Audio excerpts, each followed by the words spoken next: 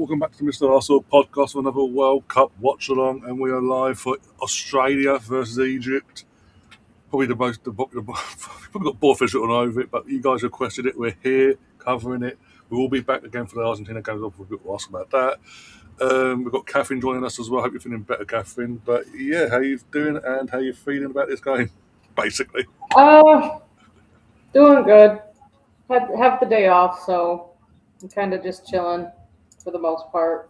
Fair enough. So it's going to be an interesting game. I think it's either going to go the distance and it's going to be 0-0, or it's going to be something like 4-1 to Egypt. Because I think at this point, Egypt are needing to try and prove their worth.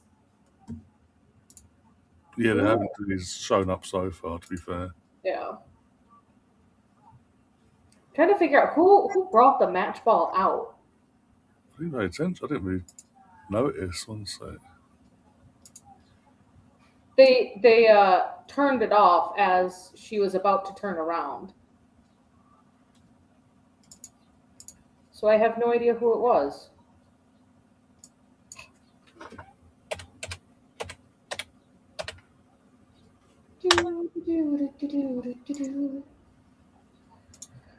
Oh, I don't think I've watched a single Australia match.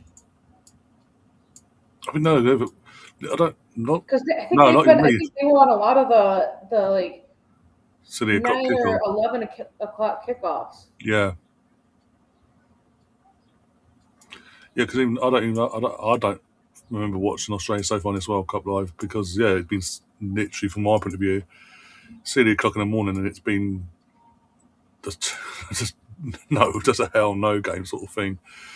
1 second, just getting the scoreboard ready. But it does suit any Australians that are wanting to watch the game. Yeah, obviously, because of their time zone and all that, yeah. But whilst we wait for kickoff to get underway, we've had some big news today. We've had a sign-in for the Arsenal.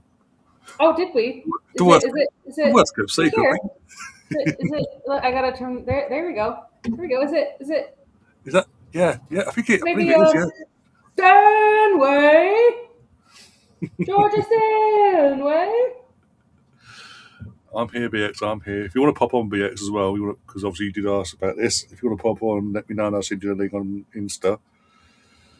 But yeah, Georgia Stanway's officially, it was the worst kept secret. Again, we kind of knew stuff was done a couple of months back now. In July now, so a couple of months back. But we obviously don't people that give you the information, you don't want to put it out there because you don't want to throw them under the bus and cause trouble for them. But yeah, Georgia Stanway is a gunner, and she's our new number 4. The game gets underway here. Finally, Arsenal have not had a number 4 in so long, and now we finally do. Did we cover this one? We might have done. I can't remember now. Australia versus USA. Did we do that game? They weren't in the same group, were they? I genuinely don't remember. My mind's gone a bit blank at the moment. I know Walshott's behind me when we asked. Oh, they were. I genuinely can't remember. I want something gunner. I haven't seen him for a while. George on my mind yet. He's been on everyone's mind today. And what I liked about the announcement is just typical George in terms of she loves her tattoos and all that. And she got a very unique tattoo to announce her arrival, basically. Yeah, and you know what? Some people were like, I wonder if this is why Georgia was always hiding her arm or wearing long sleeves in her Ibiza drop. Yeah, it makes sense now, but obviously at the time, because it was like, as I say, on Netflix, it was on the Netflix show. It airs at 6 in the morning live here in the UK with Galina Kershia and Mika Richards. She was on it last week, and I was asking her, obviously you've left behind, what's new? What's next for you? Where have you decided where you're going? And again, it's basic. I told you since then. It's like cloak and dagger. When I know, you'll know. Can't say nothing either which way. But when when it's all out there, you're coming to a game. And even was it Mika was like, I know where you're going.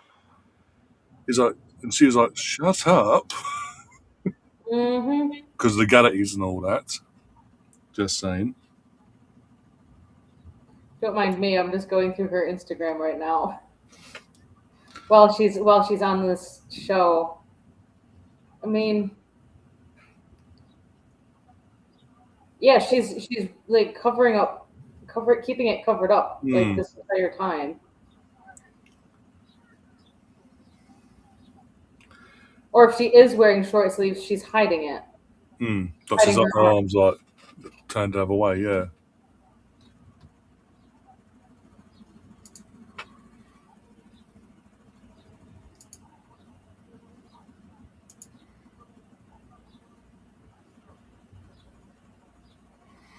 It was such big news, guys, that literally Laura woke up to the news and went, "You know what? Let's do a live show." And obviously, her and George are the ones that were free at the time because of how early it was announced, really early for us anyway. Let me So if you open haven't it up. already, go and check I'm that trying to out. figure out what time. It was Where is 9 a.m. our time. It was announced, UK time. Yeah, so 4 a.m. for me. Jesus Christ. Yeah, I was not up for that. No.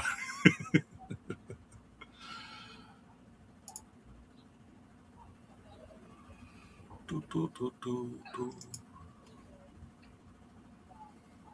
This is a very lackluster 3 minutes. Now, granted, I've only watched maybe 20 seconds of this 3 minutes here, but Neither team sort of got the hold of the ball yet. Does it? BX is asking, does anyone see London's? I'm assuming you're talking about London City Lionesses making massive strides this season, considering a huge signings. Were they realistic with a sort of? well, They can't really go for it. they've signed Mary Earps and they just signed a new right back. Um, they're rumored to be signing Mapi on free transfer. They're rumored to be signing Alexia Putellas on free transfer. Mm, Um, Selma Periuelo could be going there. And if she, all right, so someone did a breakdown. So if Selma goes to London City, she would be played more as like a center forward and would, oh, yeah, chance for Mozzie, if possible. Yeah, um, if she goes to London City, she'll play as a center forward and she'll have Alexia feeding her the balls from the midfield. If Arsenal happen to get her signature, she'll be playing more as a left wing.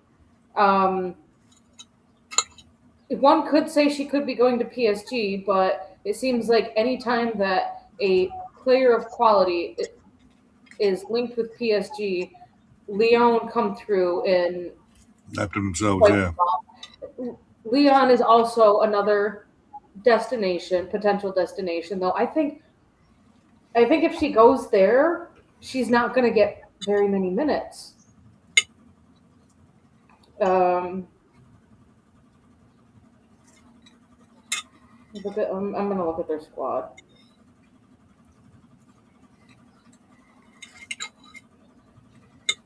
Yeah, they've got Katoto, Chewinga, um, Salmavacha, or I mean Jewel Brand. So Diani. I don't think that if I think that if Michelle Dumornay, I think if Selma goes to Lyon, she could be killing her career. I think if she goes to London City, she would only do it for the familiarity of the other Barcelona players. Go on.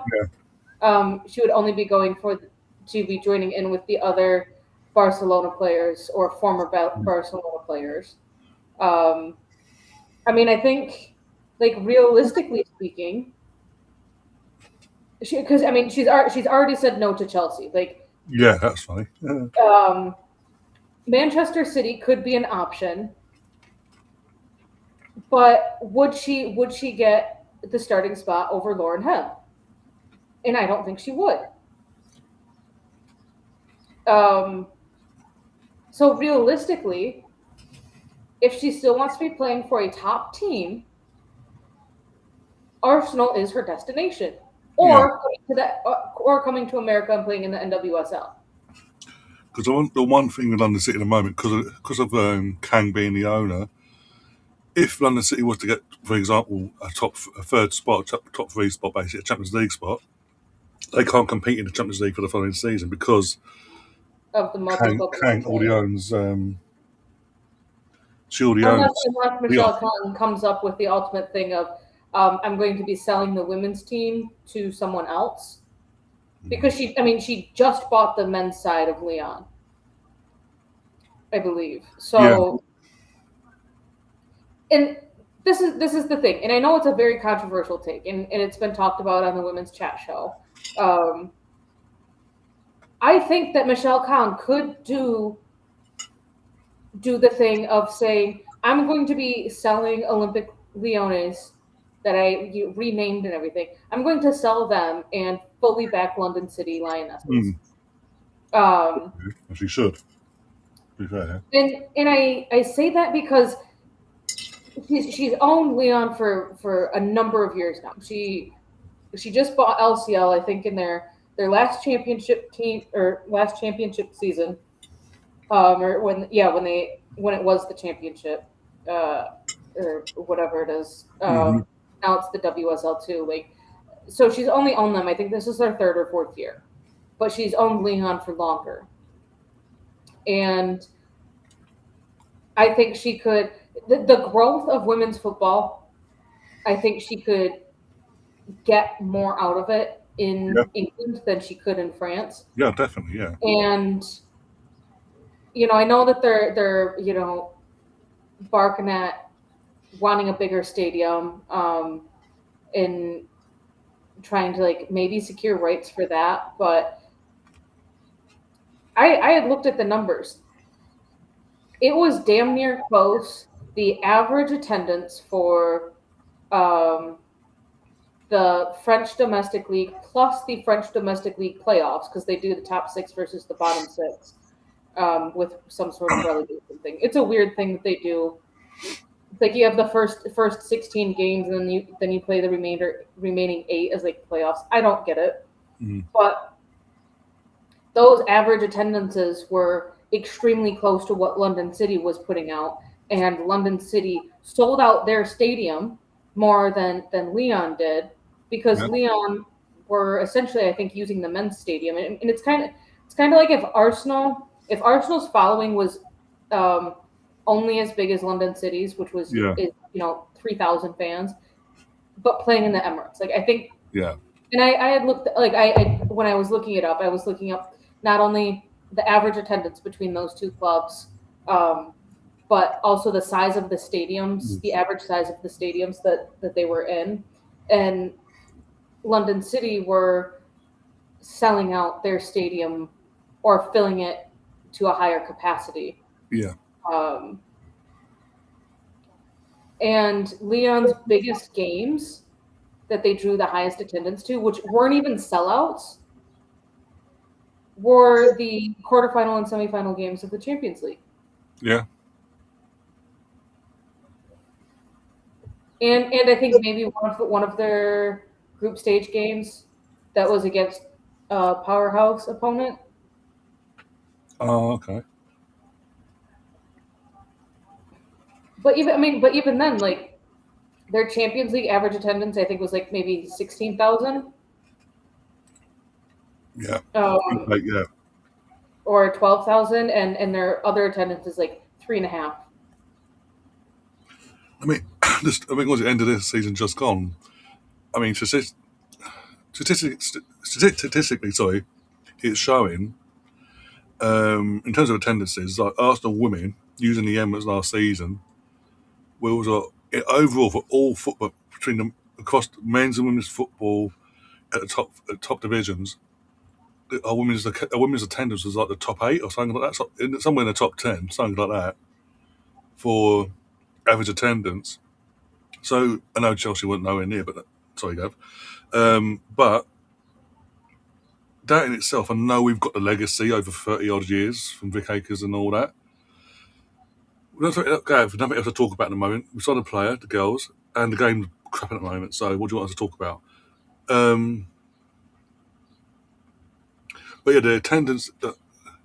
I know we've got a legacy, as I say, the 30 odd years, whatever, Vikega is what I was saying, and that helps. But that's a sign of, I know they're newly, again, because of it's an independent women's team that is no longer joined to Millwall nowadays. If Michelle and her team behind the scenes, not just from a squad point of view, I say this, but financially invest in the squad, not just in the squad, sorry, but in the club itself properly, in the next 1-0, Egypt won 1-0. Who scored? Wait, hold on. Here it is. Let me. Oh! Not Mo Salah. No, number 8. Yeah. Number 8, yeah. Why is it doing that for? Bloody this thing. Interesting. Gav, you did just sign a midfielder from North Carolina Courage, Manaka Matsukubo.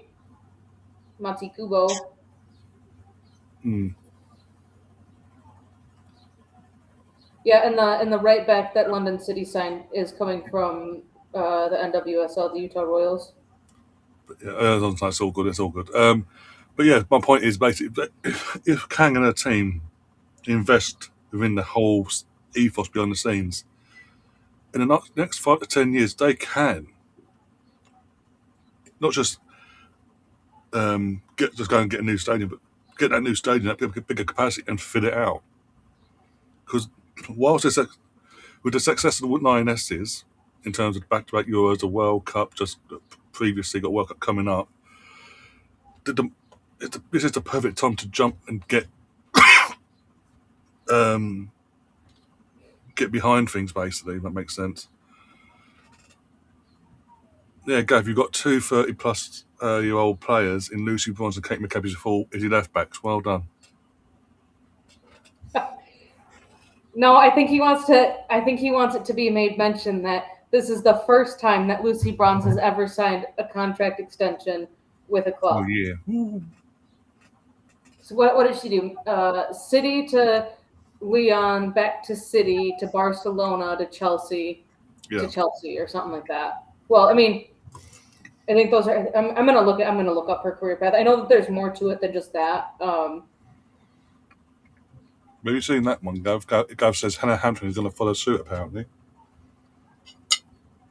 Where are you hearing that? Because I haven't seen that. I've not heard or seen that. All right, let's see. Oh, God. Damn it. No. Fuck. Lucy Bronze career. Yeah, so she went Everton, Liverpool, City. So signed a 3-year deal with Everton as her first professional career. Or it was like a 2+1. I don't know. But if she never has signed a contract extension, it was for at a minimum 3 years, a total of 3 years in that contract. Then she went to Liverpool. She was there for 2 years. Then went to Manchester City, was there for 3. Then went to sign with Lyon for 3 years. Then back to Manchester City for 2, Barcelona for 2, Chelsea for 2, and has now signed a new contract with Chelsea.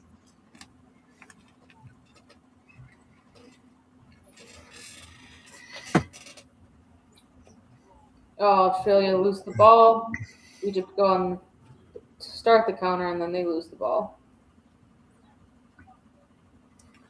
And the attack is good block for number. I'm sure it's the number 6. I think I can't tell the number. I think it's the captain anyway.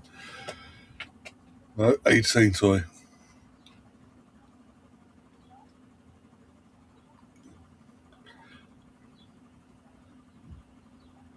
But this is the thing about going to this game. Sorry, this is the thing. It was either going to be a hunting of a game, like either one-sided or end-to-end or whatever, or it was going to be an absolute snooze fest. Which prior to the goal, it did look like it was going that way.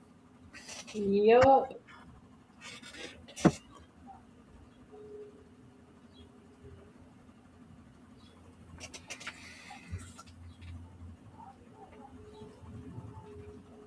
I think Mo Salah really needs to show his worth. Especially, and I'm saying that not only because I think he does need to step up for Egypt this tournament. I think he's had a fairly quiet um, tournament. I also say that because he doesn't have a club right now. This It is has this to, is yeah. now this is him now on trial. I forgot about that, yeah.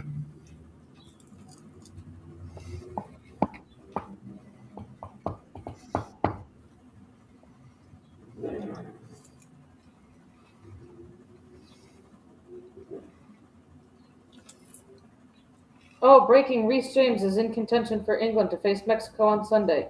His scan results on his hamstring injury have come back positive. Positive for shredded cheese, Yep. or positive as in fully intact.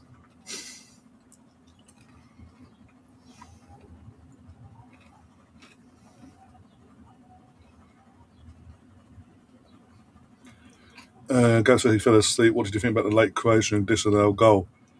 That was insane. Yeah, Johnny Thompson, yeah. yeah. She was the one from the Utah Royals.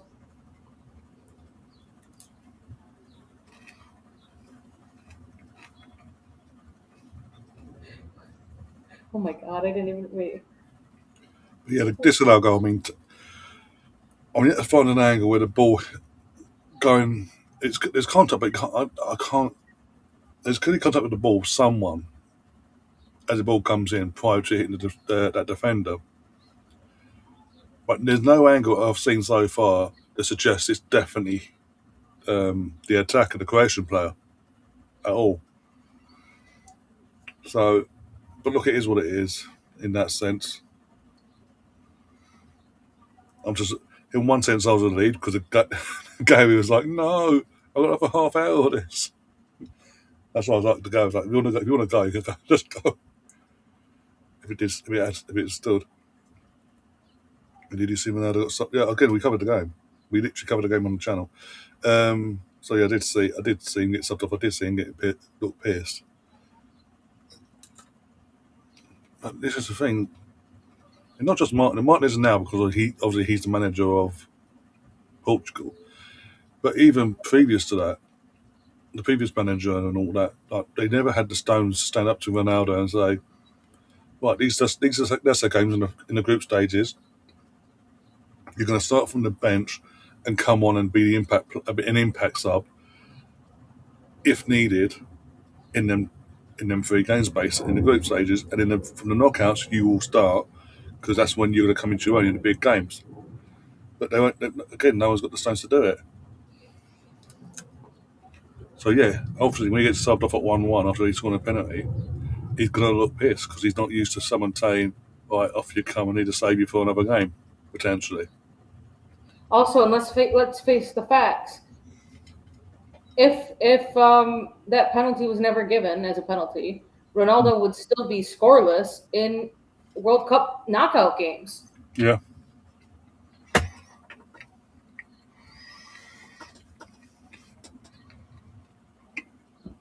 Oh, he's coming too. Oh, how did he miss that? Is that Salah? Oh, was that the flag's on that first side? Is it? No, it wasn't Salah. It I was was gonna say that number still 11. you got to put that on target. I don't know who that is. But either way, he's missed it. But that would have been close as well.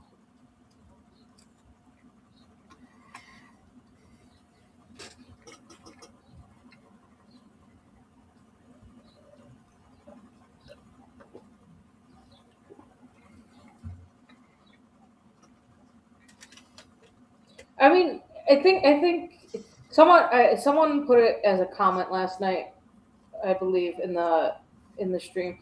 Mm. Ronaldo is at in my opinion, and whoever had made the comment, Ronaldo at this point in his career, I think he would be a much more effective teammate and player if he was coming on in the 60th or 70th minute. Yeah. Because honestly, at this point, if Ramos had started the game, I would have been like, all right, great. You know, we can maybe put on some pressure. Maybe they get a goal. Maybe we equalize. You know, whatever it happens to be. But you know, I've been running around on the pitch for 60 minutes now, and oh fuck, I have one of the most physically fit strikers out here about to come on the pitch. My legs are already tired. Now I have to face him? Mm. Lord help me.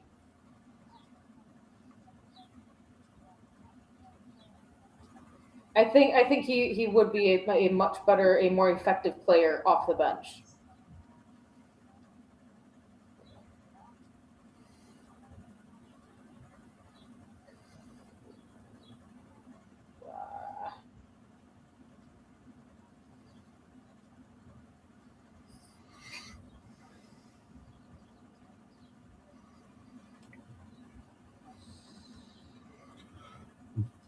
And on that note, guys, we've got adverts break in America. I can't say that, Gary, because you're not here.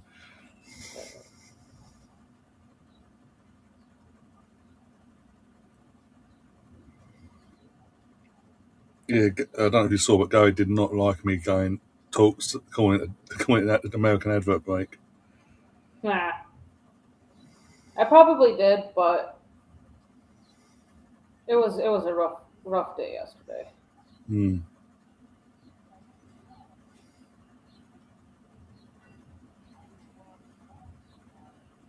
Oops, that's not a word.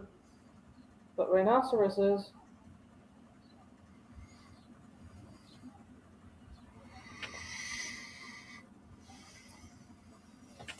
Dun, dun, dun.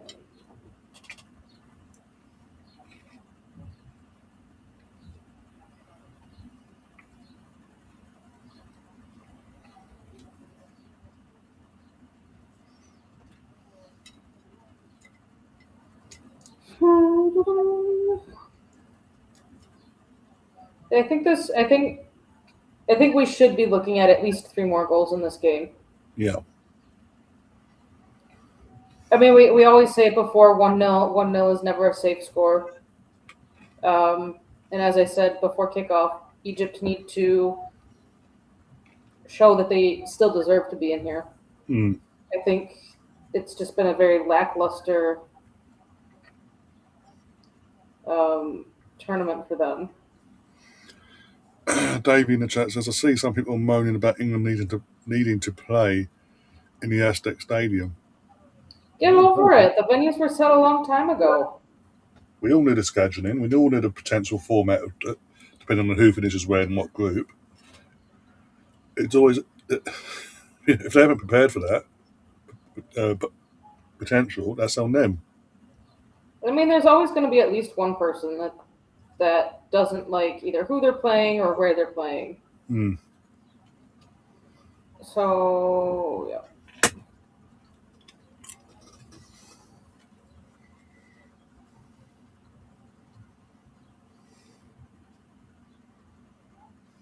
I mean, if you didn't want to have to play in Mexico, then maybe you shouldn't have topped the group. Mm. That's the only other solution.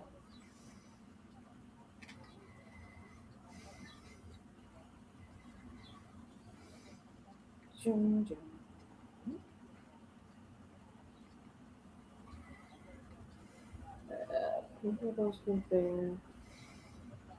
Go here, here, here.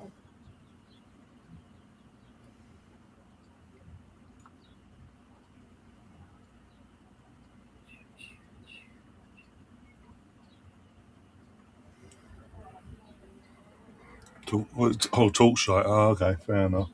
Say no more. Yeah.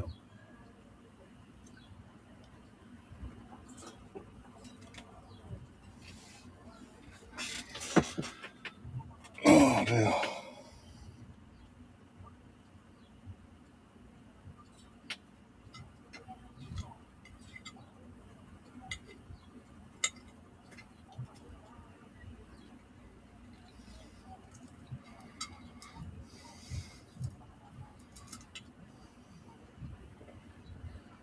Do do do do do do do.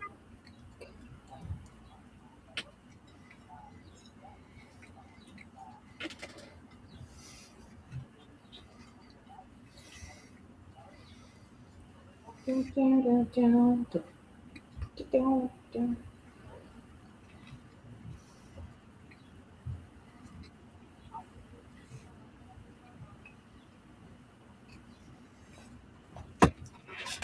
Oh dear. Got a cramp. Oh dear. Oh dear. Oh dear.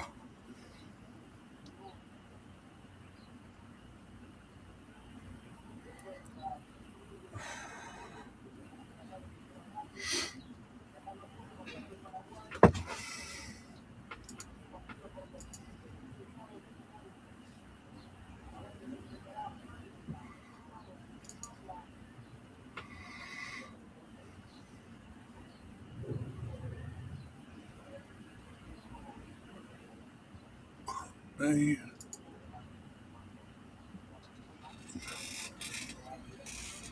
Oh dear. I've got pins and needles in my foot. Fantastic.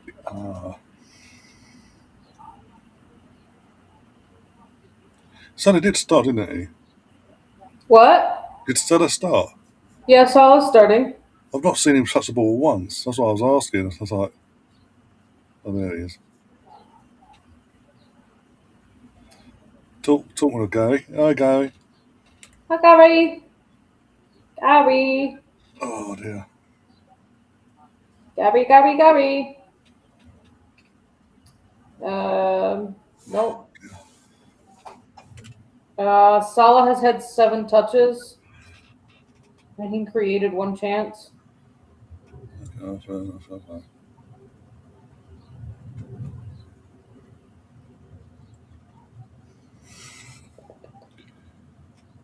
Like you say, he's in the shop. He's in the potential shop window, unless between the announcement of him leaving Liverpool and now that he maybe unless he's done a behind the scenes deal with a Saudi club to go back to that side of the world as a king, basically be known as a king. Unless he's done that, talking of kings, Mohammed El Neni in the posh seats today.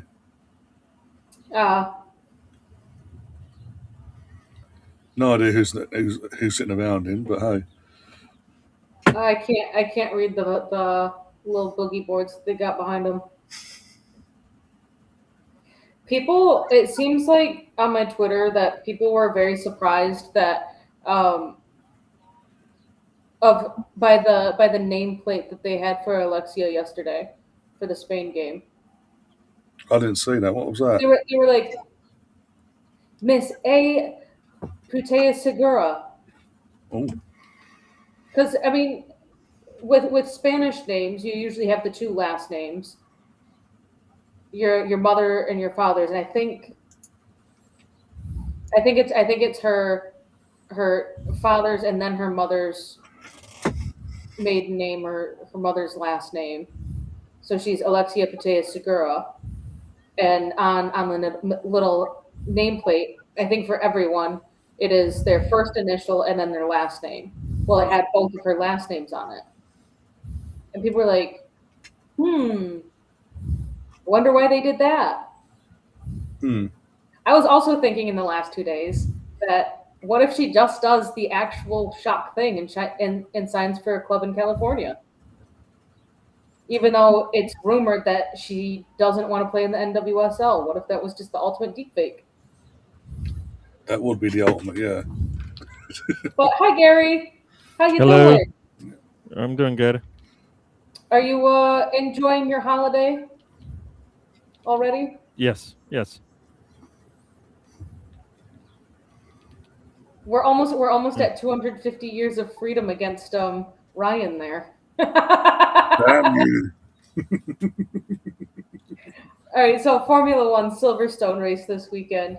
We have Cadillac, the All-American team, going with the All-American livery on the cars this weekend. And I find it absolutely hilarious that Silverstone is lining up to be on 4th of July weekend, and Cadillac's like, America.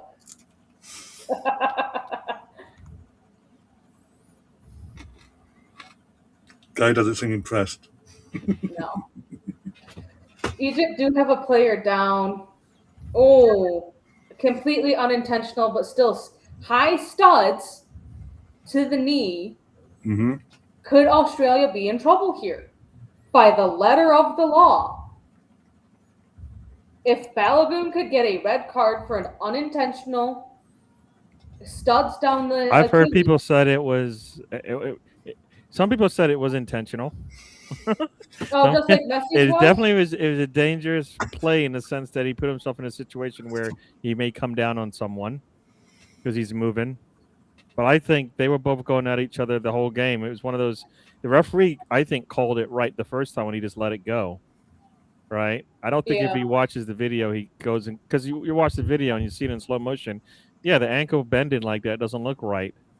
But But then you got, I mean, it's again though, like the fucking double standards of, okay, Balagoon did that. Look at what Messi did on match day 1. He did the exact same thing. That one actually looked worse because actually he did it. His was worse because he's tracking behind a player, running him down. It isn't two players going at it. From the angle that I saw, he's chasing that player down and leaves his leg out on him, as opposed to Balogun, who was attacking a ball, and there was a collision there, and then he comes down. I don't think it's the same. At a minimum, you stay with the on-field decision. That's up to the referee, though. Yellow card. But that's up to the referee. Changed his mind at the behest of VAR. But that's the thing. He supposedly has control of the game, but he doesn't. Which I think if I'm in charge of the referees, I'm like, are we in control of it or not? If we're in control of it, then let us be in control of it. If we say we don't want to watch the video, we don't want to watch the video. Right? I saw more than I needed to see. There is contact there. It was an unfortunate injury, which happens when two players are coming together. Leave it alone. It's not. Don't make it bigger than it is. Because a lot of times referees will let something go because of what happened earlier in the game, even though it might be considered a yellow or red or a penalty in the box. He might let it go because he's like, I made a mistake, or I'm just gonna call it even. I made a mistake over here, and I'm gonna let that one fly. But nobody gets the next one. You know what I mean? So that's just me. It should be common sense as opposed to what's going on.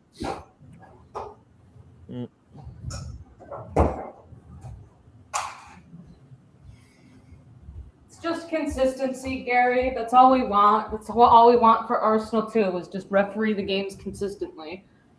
I think there have been too many decisions.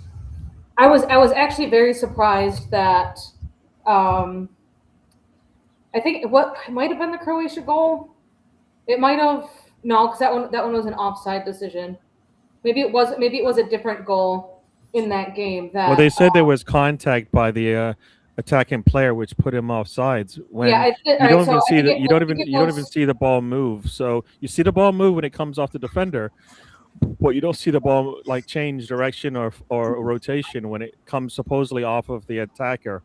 So I think it was it was either in a different part of the game that was not the equalizing goal, or it was in a different game completely that was after the Germany game, that they actually refereed two games the same way, where the German goal, the go-ahead goal for Germany, that one got ruled out for fouling the keeper, and then there was another goal that happened in a different game, and it might have been last night's game that you and Ryan were covering, that a goal was ruled no goal after goalie interference, keeper interference, whatever you want to call it. So I was surprised about that. Australia's starting to wake up here in the last few minutes since the hydration. Starting to ask questions of the defence at the very least. Yeah, see, this is what these little breaks do. They change the games into, what, instead of getting beat down for a half, you can only get beat down for, a quarter of the game. So, because you get to read, so, which I don't like that if I'm the team that's going to be doing the punishment, right? Like, think about it. If it's like, for example, was it Spain and Portugal, right? If it's if Spain is killing them but just can't get the goal across, goes to break, right? Portugal is going to be laughing, right? Whereas Spain would just continue going for another 10, 20 minutes and maybe finish out the half, scoring 2 goals to finish off the half because Portugal has just been getting pounded on the entire half, and so it changes the game. Definitely changes the game. It's not the same game anymore as if it wasn't already, but it definitely isn't right now. Because like what happens in a month from now? They go back to a 45-minute half, and you're like, it's. TJ's asking thoughts on Raya not getting game time. Not shocked. Don't know what it is. Don't know what it is with the Spanish national team since the David Raya and Kepa's early years in terms of him taking over from David Raya.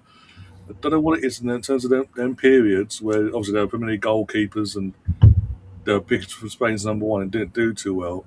But since then, they're very adamant their #1 has to be from La Liga, basically, no matter where he plays. And so what I despise of what came out of the Spain game is Unai Simon now has the most consecutive clean sheet minutes in a World Cup tournament at like 517 or something like that, overtaking someone else. I don't remember all of the numbers with it, but he didn't face a single shot on target in that game. No. In that Spain game. Who did they play? I don't know who they played. Austria. Yeah. Spain. Let's see, Cape Verde. He faced 1 shot on target and had to make 1 save against Cape Verde, 1 save against Saudi Arabia, 1 save against Uruguay. So. Well, Raya went through the same streak. So if you want to play devil's advocate, people were saying the same thing about David Raya. There were games where we didn't even give up a shot. You know what I mean? When a team got a shot on target, they usually scored, but they never got one in a lot of games. But then he complained, and then we started letting shots off. I'm bored. Let me have something to do, guys. Yeah. No, I think Ray is the better goalkeeper, but you know what? Until they drop a game, it won't matter, right? I mean, it's frustrating if you were to look at purely the numbers on the paper. Clean sheets, goals conceded. But that's Mark Maguire in a nutshell, right? Maguire, right? Maguire in a nutshell basically is poor when it comes to Premier League football, right? He gets turned and all that stuff. Looks really silly in games. Puts on an England shirt, and you're like, that's what's going on here, right? Who are you?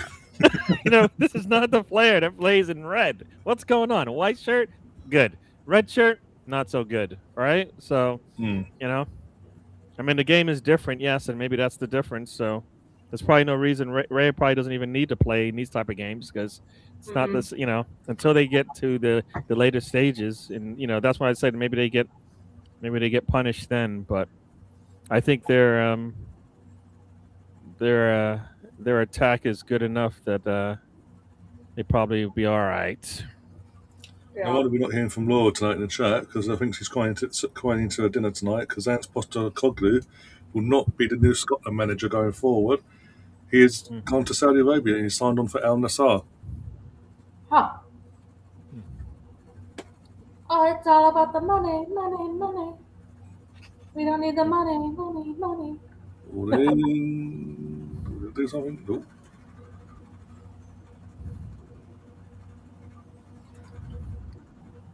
No. There's a reason why he's got the clean. This is what such why I say, Gav. There's a reason why, especially in terms of this tournament itself. In terms of the clean sheets, we're talking about this tournament.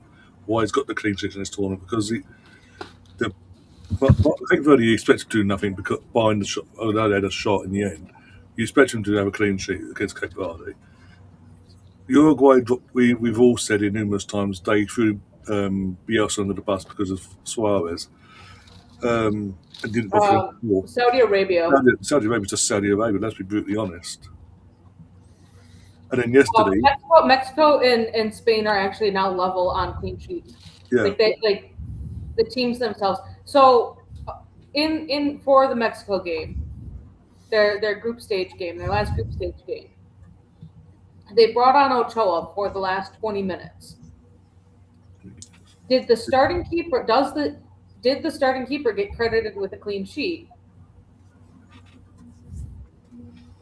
Yeah. I'm actually going to look that up right now. Yes, because that is, I believe it is El Nassr's team, I believe.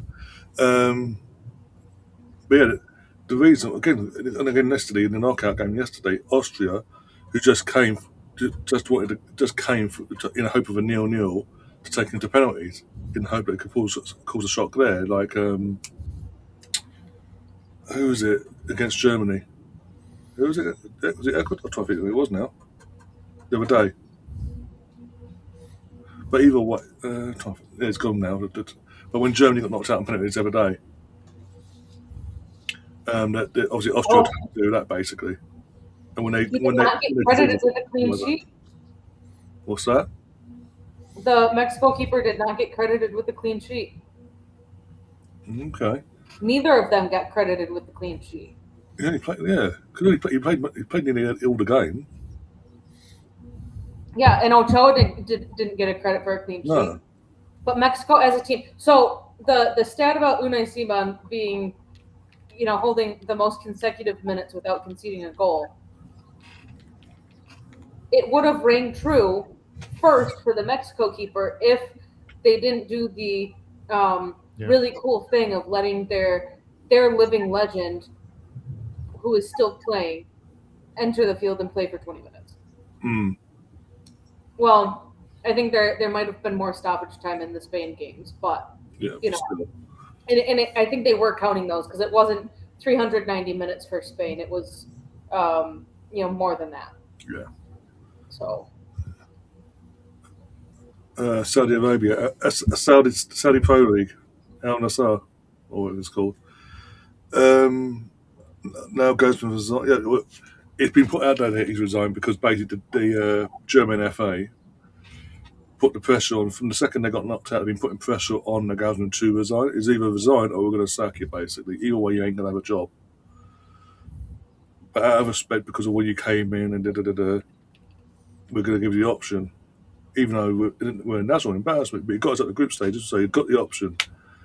And so he's resigned, so to speak. And Jurgen Klopp puts his hat in the mix for the German job, basically, which will get a mixed response from Liverpool fans because I'm not Liverpool fans, so I get it. He's a German man. It's the pinnacle of any German to manage your home nation in Germany for in general. But obviously there'll be some Liverpool fans saying, "You said you were retired. We were the only one for you," and all that crap.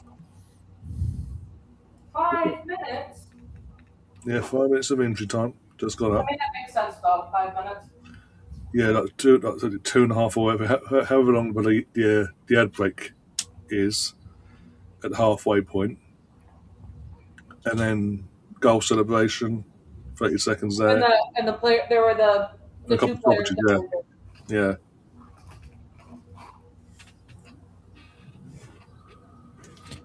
What's weird is it actually says here, and maybe it's official or maybe it's not. It does say that both goalkeepers should get credited with a clean sheet, and supposedly those are official FIFA tournament rules. So I don't know, but it does say it's relative to the league. So yeah, it's a clean sheet for the team for sure, but for individual players, they can make. Yeah, I mean, Arsenal women had the most clean sheets in the WSL last season, but we did it with 2 different keepers. Yeah. Yeah.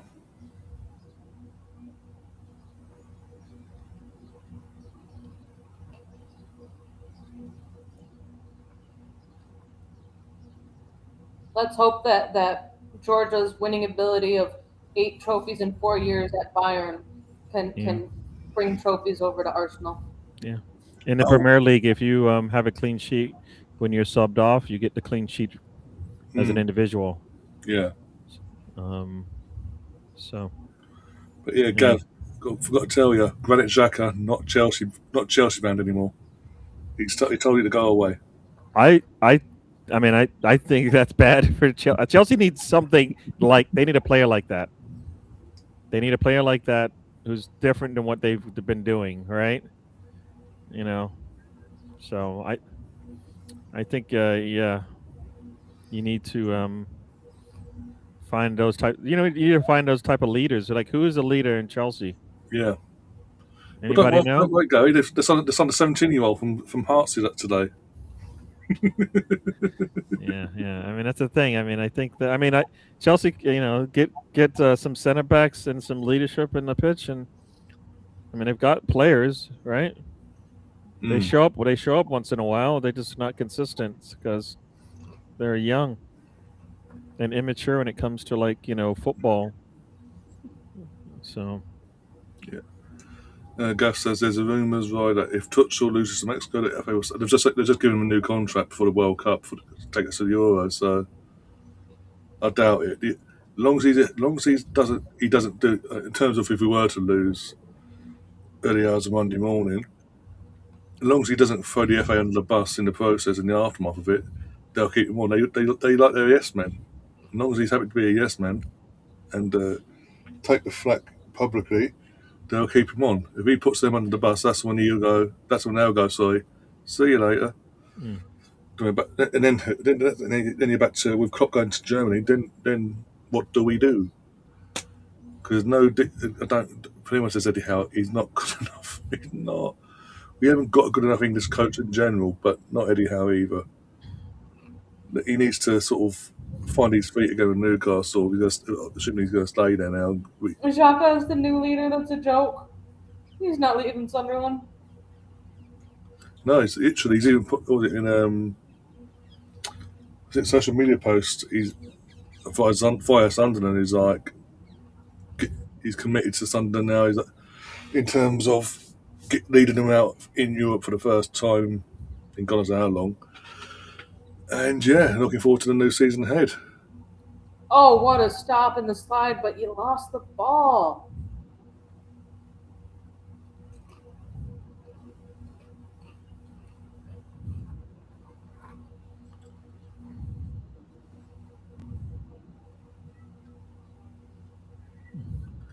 Raya's the most decorated. Yeah, he is, because as you mentioned already, whoa, that was a great stop of the ball.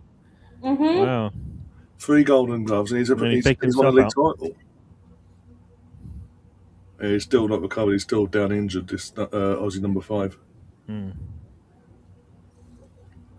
might be the best stretch for Australia to get a goal, though. They show the replay. Just showing the replay now. Yeah, it's nothing malicious. It's just a follow through, obviously, because defender's gone one way. His teammates are like, "Dude, we're trying to score a goal here. We've got less than a minute. Why would you throw the ball out now, right? Like, you got less than 30 seconds." Yeah, it looks like he's winded. Yeah, I don't know. That kind of, I think it's just the landing, right? More than anything. I don't think is there any contact there? Barely any contact. That I think he just landed. Oh, he landed on his knee. The referee just called for half time. Once the players getting tripped, he's walked away and gone, "No, you know what? Let him blow whistle for half time." See, that's why Australia should have just kept playing, because I didn't think that was going to work out in their favor by just slowing the game down. You know what I mean? Like, yeah. Because Egypt really wanted the whistle to blow. Yeah. Yeah. So, all right, you know what that means for Raya? That means that Raya now has to become a Champions League winner, and then maybe he'll get a start. Maybe we'll give it a sliver of hope then. Yeah, because the rumor has it that even if Unai Simon was not the starting keeper, it would be Juan Garcia, the Barcelona keeper that they brought. I thought he was a backup, Juan Garcia. Like, is he actually starting now? They've moved to Stegen. They've sold to Barcelona. They've sold to Stegen to Ajax today. So he's now a fully fledged number one. But he's not a number one as of yesterday, right? I mean, it's either Garcia or Chesney. He's been pretty much, because Testega's been injured. He's been pretty much number one all last Oh, season. okay. I didn't know how that played out. All right. Yeah. All right. But even still, like Garcia did more for Barcelona than Simon did for Bilbao. Mm. Like he conceded what, like 57 goals, I think, in La Liga. Something like that. Yeah. That means And he's a giver. That's all it is. He's there for the people. He shares. Come on. What's wrong? What's wrong with people giving stuff away for free? In a World Cup, a lot. That's the difference between winning it and not winning it, really. Gav. Xhaka has to come out and say, yeah, you can't say that, but end of the day, you're not going to get him now. Sunderland have put it out that it's quashed. It is not happening now. You insulted them. You made the bid initial of £8 million. Even though I've said that was an insult. We all said it on here at the time. You then put it out there publicly via the media, going, "We're going to come back in with a bid in a couple of days' time." Never came back with a bid, and now and as a club you're thinking they'll wait for you. And even Granite's like, you know what? They're not serious. Why am I going? Why am I even considering All this? right, I'll be right back. No worries. Yeah. Why am I even considering this? Yes, I know the manager well, but I'm loved here. I'm wanted, and the club knows. And the club I'm currently at is more organised and run properly. And that's where you've screwed yourself. And amongst all that, you've then gone out yesterday to Hearts, approached them for one of their players. He's not even one of the senior players. He's a fucking kid. And you then sign him like that. Says it all. I told you this. I told you this when you got Alonso. I did say this to you. It's all well and good getting Alonso, but you've got to get the players that he wants in terms of experience, but sort your squad out. And they're not doing it. Again, promise them the world and don't deliver. So I'll be surprised if we're sat here next year and Alonso's still in charge after the season's done and all that. I'll be surprised because it's because of your ownership.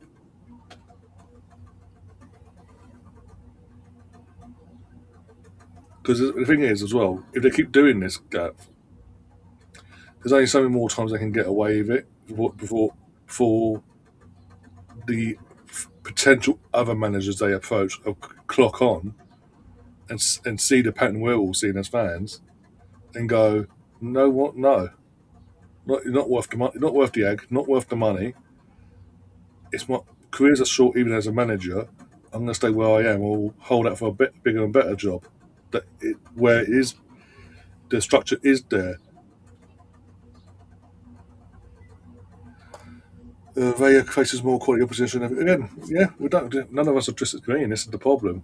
But for whatever reason, within the Spain the Spain FA in the mindset, in the aftermath of the David De Gea era / Kepa brief stint as well as number one in that time frame, and how they both didn't work out the way they probably wanted it to because of how well they. Well, David De Gea had the longevity, but it didn't work. It didn't translate into the national side the way they wanted it to. Kepa was young and up and coming, and they thought they're jumping the bandwagon that Chelsea did. When he signed for Chelsea and go, he's playing for Premier League, played for Chelsea. Let's use him now as our number one. Didn't work out, and then but when it comes to a Spanish goalkeeper playing in the Premier League, they don't want to play him as their number one for whatever reason. They think the trying and testing of having the goalkeeper from Spain worked. The reason it worked prior was because Iker Casillas played for Real Madrid. Let's be brutally honest. Another number ones from Spain, previous to Casillas, played for the big clubs in Spain at the time. The Spain's number one is currently playing for a mid-table club in La Liga. The number two and number three fourth, play but for they don't do well in Champions League. Yeah, and the number two and number three respectively, being in terms of Garcia and David Raya, play for two of the top teams in Europe on a consistent. No, sorry, they finished 12th. I think they finished fourth, and I might have clicked. I had clicked the wrong year. They finished fourth in 24-25. 25-26, they are 12th of 20. Mm. They are not playing in Europe. They conceded 58 goals. Yeah. Yeah. Historically, let's see, from 21 and 22, the 21-22 and the 22-23 season, they finished 8th. Then they jumped up to 5th. Then 24-25, they jumped up to 4th. Now they dropped down to 12th. Not consistent enough. This is again going back to Arsenal. TJ says in the chat, Jan Sommer, the former Swiss number 1, as number 2 would be nice for us. I think again, the options would have been put forward by the media in the last few days. If Kepa was to go, Sommer's the one I'm leaning towards because again, experienced and he's a solid goalkeeper to an extent. And he for number 2, I'm not going to complain. I wouldn't say number 1, but yeah, number 2, I'm not complaining. And that is for me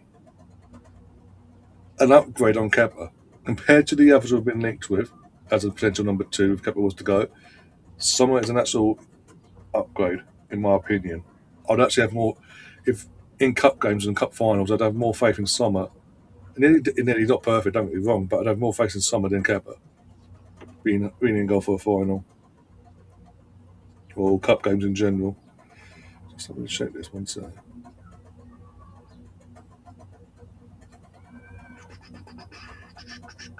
Six shots, 1 on target for Australia, 3 and 1 for Egypt. 3 corners, all for Australia.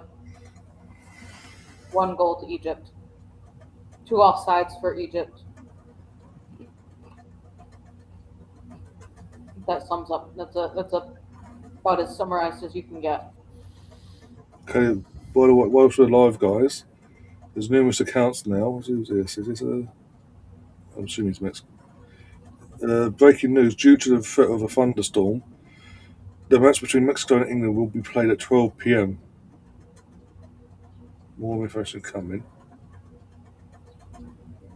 I cannot read Mexican, so I don't know what they're doing there. When do they play tomorrow? Monday night for me, Monday morning. In terms of like, it's good. Prior to this, it's meant to be at 1 a.m., but I'm just double checking to find out what's going on. I'm sorry, they're moving it up a whole 8 hours? It can't be. No, that's what I'm trying to find out. I'm trying to find out now.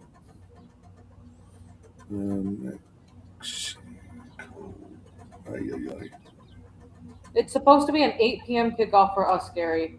And if they're projected to move it up to noon, does that really matter? It's 6 days in between, right? Is it that big of a deal? Well, it's going to be a big deal if England were planning on flying in. We got Ben Jacobs. FIFA are exploring moving Mexico versus England from 6 p.m. I'm assuming your time to midday. Yeah, 6 p.m. is West Coast time, so due to thunderstorm mornings. So 6 hours early. So I think it needs to be moved up either 8 hours or 7 hours, because if they move it up 6 hours early to 12 p.m., which is really 2 p.m. So yeah, 12 p.m. local time, 8 p.m. CET. So it would be 2 p.m. Eastern. Then 2 hours after that is the Brazil game. But you know what? They've done the 2 hours. It was 2 hours in the last game that just happened. So yesterday. So 2 hour gap is what they've had in some of these games anyway. So that's not I don't think that's. They're going for 3.5 to 4 hours. No, but I mean there was a game at 9 and one at 11. So yesterday, wasn't it? So yeah, I don't think it. 2 hour gaps between games is probably fine, right? And you know what they're going to do anyways, right? They will just hold up the second game if they really, they really want to. So we'll keep an eye on that, guys, and let you know over the next 24 hours, basically. Right, I've got to set the thing on us soon. Yeah, I've got to set that up later. You guys already talked about all the Trossard and Erdogan news, or Well, the Odegaard thing, information? I'm waiting for a David Ornstein esque report on that one. I, But yeah, basically, for anyone that doesn't know, reports are saying Besiktas have agreed personal terms with Trossard, and it's just now sorting out a fee between the clubs. And personal teams between Galatasaray and Odegaard apparently have been agreed, but again, it's now going to the clubs and sorting out a fee. And apparently they're looking around 40 million euro for 40 million either euro or pounds for I think it was euros. yeah. 40 million euro for Odegaard. So, if Odegaard were to be going to Turkey, would he be getting a bigger paycheck? Because for me, going to Turkey is a downgrade for him. Yeah, I think because of their difference in their tax laws and all that, I think he would be earning more technically because he wouldn't be having to pay as much tax base like he does over there. Plus, he'll be then branded as one of the poster boys, so to speak, in terms of big name attraction and all that. Guy says, "What? Just what the fuck? I'll give you 40 million." See, the thing is, people they would take the money, but then they tell us how bad a player he is. So which one is it? You know what I mean? Is it a good deal, or is he not? What is it? What's going on here? So, um, my only thing is if they can make it work and not hurt themselves PSR wise, because you can't sell undercut, sell somebody for under the valuation and then buy somebody for over the valuation and it work out at the end of the day, right? You can only take a hit on one way, especially if you're gonna if you're replacing him with, for example, Morgan. Are you gonna pay the extra to get Morgan? Probably not, right? Is Eze good enough to take that spot? Can Nweri and Dalman push him? You know what I mean? Because I'd say give those youngsters a try. I mean, I don't know. I know they're not necessarily ready for every day, but between the three of them, come on. All right. I mean, you got the early cup games and the I would say the bottom of the table games set if you really wanted to go with like a Dalman or something like that, right? I mean, I think he could do a good job, and he'll do stuff that none of our other players would do. Yeah. If Arsenal were to sell to you, Gav, it would probably be for 80 to 110. Because of Copenhagen based off of what Spurs just bought Tonali at. Yeah, nobody's buying Erdogan for 60. Like nobody. Everybody, you talk Chelsea to anybody, they'll tell you, well, they're not gonna buy. They're like, dude, we've just made so much money on our last 3 or 4 sales. We're gonna finally give it back. They're not gonna want to give it back in their eyes, right? I mean, they were laughing when we took Noni. They were laughing when we took Kai, right? The fans were laughing. The club was thinking, we have some money, but what do we do with it now? So it makes sense for them to give it back to us because they don't know what to do with it. They're like, well, we've got all this money. If you think that way, then yeah.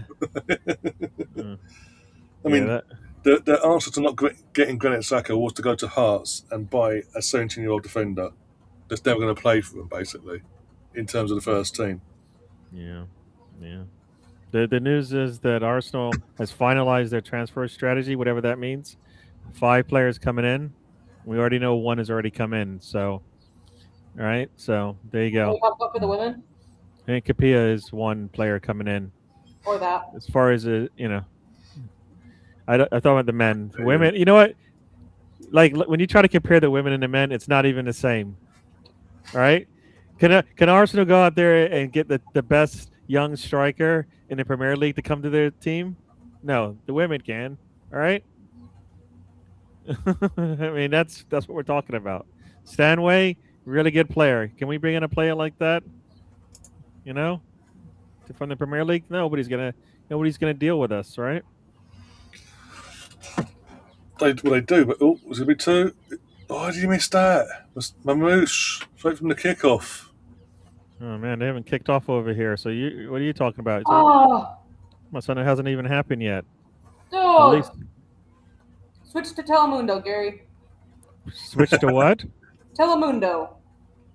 Oh, you keep telling me to do that. Oh man, and I keep forgetting to do that. All right, let me Or if you have Peacock, go to the Spanish streaming that they have there. Oh. I don't know why the Spanish commentary is a lot closer to Ryan's. I just seen the shot just on the outside. So what is your time? Let me see what it says here. I'll tell you what my time is. It's on the screen there for me. That's the one thing. That's the one thing that Telemundo doesn't do. They don't have the running clock. They'll get to showing it right around the 45, 50. All right, yeah. So I'm 45. What are you guys at? 46. 46. All right, so I'm only 20 seconds behind as opposed to 30, 40 seconds behind. I just can't understand what they're saying. Well, they're talking too fast. What about Jules Koundé from Barcelona, right back? 60 mil. I'm just reading through what's been posted since I last checked. Do we need a right back for 60 mil? I say no, because we need to spend like 100 to 200 on our attack. I'm sorry. Correction, Gav. He wanted to come to us. Terms are all agreed. Leicester wanted £10 million for the academy player. Yeah. It's funny how people change it around to make themselves feel good. To sit the anti-Arsenal agenda, yeah. But yeah, he's desperate to come to us. He put literally the terms and all that was done. It was just the fee between the clubs, because obviously he's an academy player. But Leicester, because they're desperate for money, tried to take the piss and say £10 million. We went no. He's an academy player. This is what we'll get. All bloody sometimes ups out. Oh god, this ain't good. What do you see? Egypt player. Oh, is it back of the head? Did he swallow his tongue? He's out. I'm assuming so because he's out and they're putting him on his side. And now he's flopped. Yeah, when those hands come down like that.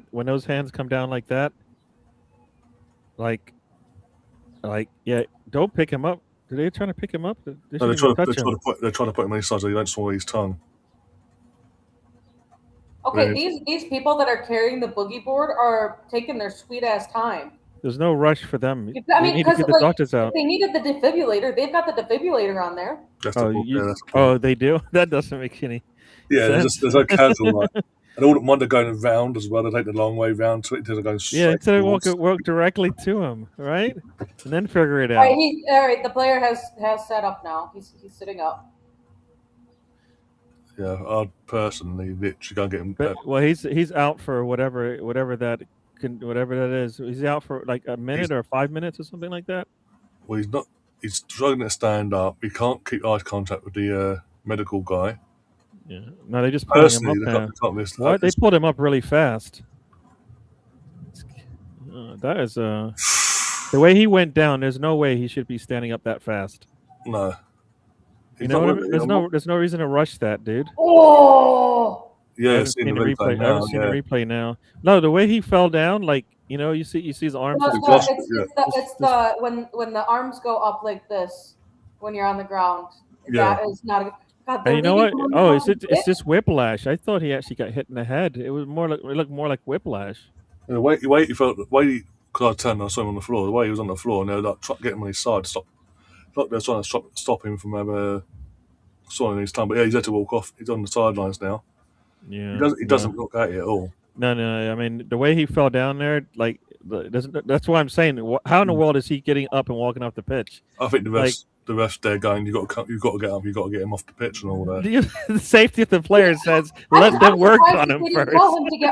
You need to. Oh wait, I hear you. I was going to say they're not even telling him to go off the pitch. Like he was on the pitch for like 30 seconds before they were like, yeah, dude, you need to go wait on the sideline now. Yeah. But yeah, Leicester legend Monga from Leicester's academy was begging to come to us. Basically, he said, "Yeah, I will be. I was going to step in a sec." But was begging Leicester to let it happen because obviously Arsenal and all that the opportunity to get from that. And the plan was bring him in, loan him out for a season, bring him back, and go from there basically from the following season, 27-28. But Leicester, because they're desperate for money, because they've obviously got their situation since COVID, were asking for £10 million for an academy player, which is well and above the asking for any academy player, no matter what the prospect of them being. Arsenal went, no, this is what we're going to offer you. And then they went, no, it's 10 mil or nothing. So he went, okay, on your head be it then, bye.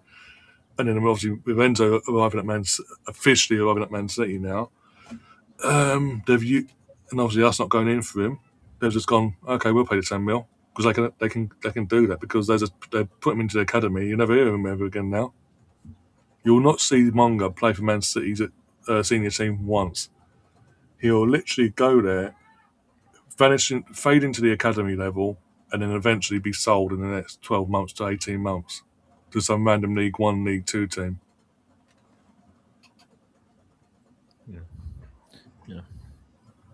Yeah, when it comes to academy, it's not really much you can do unless they have a professional, unless they're young and have the, it's not much you can do, right? And so far, I mean, the trend has been you don't stay with Arsenal and you go out. Basically, anything that Arsenal said is going to happen, it's probably going to happen. And do you actually? When's the last time an academy players left and you're like, all right, it's worked out. Maybe heaven. Maybe heaven. That was due to circumstances of Man United at the time. Yeah. Yeah, but I mean, if they're going into the season thinking they want to compete for, the top of the league, are they going with heaven? No. You know what I mean? Like you're already holding on to Maguire, right? So you already got one player that's like not where you want him to be in the league, right? So now you're gonna have heaven as well. So now you've got two players as part of your rotation. Doesn't sound like a good plan. Yeah. So yeah, Gav. Basically, for future, just get your facts right. Don't come in here doing the banter because I passed the school. Yeah. Do you think USA beats Belgium without Balogun? No. I'll leave that to the two Americans. No. You know what? You know what?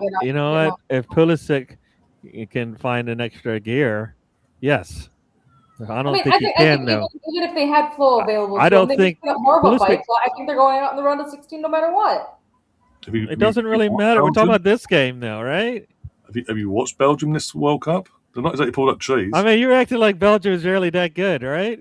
They shouldn't have won the last match, right? They're not better than the U.S. the way they've been playing this World Cup. Are you kidding me? Come on, seriously. You just said that, right? Have you watched both teams and you're going to tell me Belgium has actually played better in the World Cup this year? I didn't say that they played better. I just think that they they might have better player names, maybe, but they haven't played that. You haven't played as a good team, right?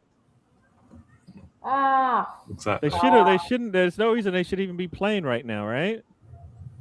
They should be out of it. They should be down in the group stages, but they played a crap team in the last game and got them through. Even in the last round, they were 2-0 down in the last few minutes, and it's just the other team switched off. You've got what goes in your favour, with or without Balogun, what goes in your favour, home advantage. But the majority of the crowd will be on your side.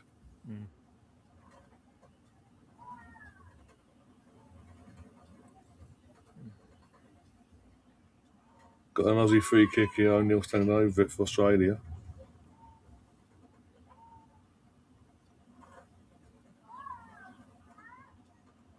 There we go, ball in. Oh, 1-1. Game on. Here we go. No, give me my 20 seconds to catch up to you, right? Yeah. They haven't kicked it yet. The man just step back now. I'm from the future, Can't help it. The man just stepped back. Now he's moving forward. The kicks balls up, and nice easy header. It's like, where were the Egyptian defenders? None of them. You couldn't see any of them. I guess they forgot that the ball was flying in. They just ran with the attacker, and he jumped. That's goal. That's what I hear. mean, if you really want that, one sec. Oh, everyone was on side. You got that I'm on on it. video? All right. Oh, I'm on it. Don't worry. Brace your ears, everyone. Brace your ears. This is Gary's fault.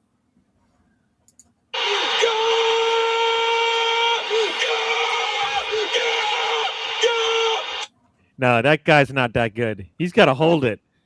If he wants to be, that's dude. You listen to the Telemundo guy. He held it for a lot longer. Come on. There you go. See, you don't breathe. You don't get to breathe. You can breathe tomorrow.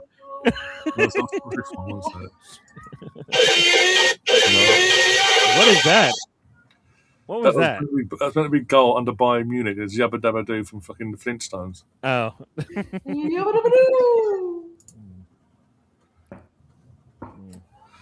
But yeah.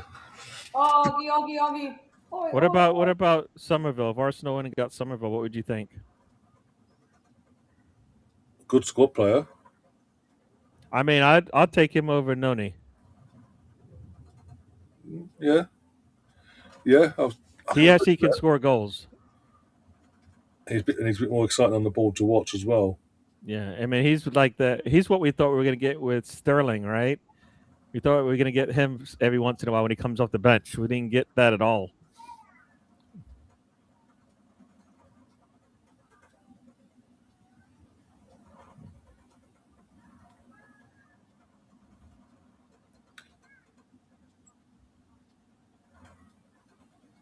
Waiting for this one.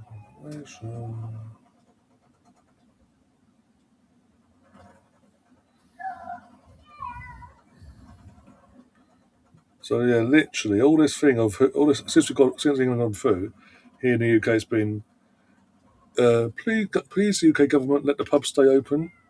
That's what's going to the now the pubs are open until 5 when the game's going to be moving up. Yeah, and so the government went, okay, we obviously because of licensing and all that, we will allow it. You can stay up until 5 a.m. on Sunday into Monday morning. Well, that's gone out the window by the looks potentially. I'm just waiting for confirmation. I'm just going through it. What about Nico Williams? 90 million euros. He's had his time and had his chance to move on. He never took it. His loyalty to Bill Bowers is what's going to screw him now.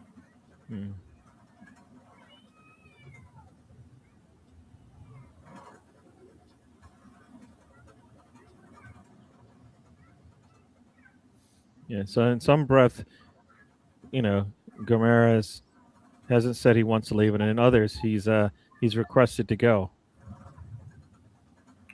You never know what to believe, man. Yeah, even the BBC Match of the Day in the UK is now saying England's World Cup last 16 tie with Mexico is set to be moved to 7 o'clock UK time on Sunday. 2 p.m. for us. Yeah. Yeah. Erdogan his agents have not been talking to Galatasaray. Who's that? Surprise. What's this? Erdogan's agents have not been talking to Galatasaray. That's why I wanted to wait on David to see if David Ornstein or anyone else. That's more credible people came out. Yeah. Said anything about it. But don't let the kids have a day off on Monday or let them start late on the day. That's done to schools as well, schools and colleges respectively as well. But you do know if it had gone ahead as scheduled, Gav, that we talk about schools and all that, but half the country's workload would be like, no, I'm not going in today, no matter what. But either I'm depressed, my country's at the World Cup, and I'm hungover that way, or I'm hungover and we celebrate too hard and I can't be bothered to work today. So see you on Tuesday.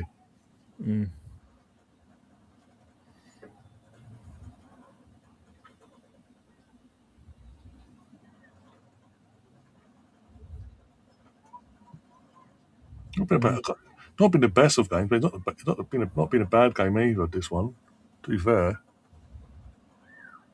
still better than Canada versus bloody South Africa the other day.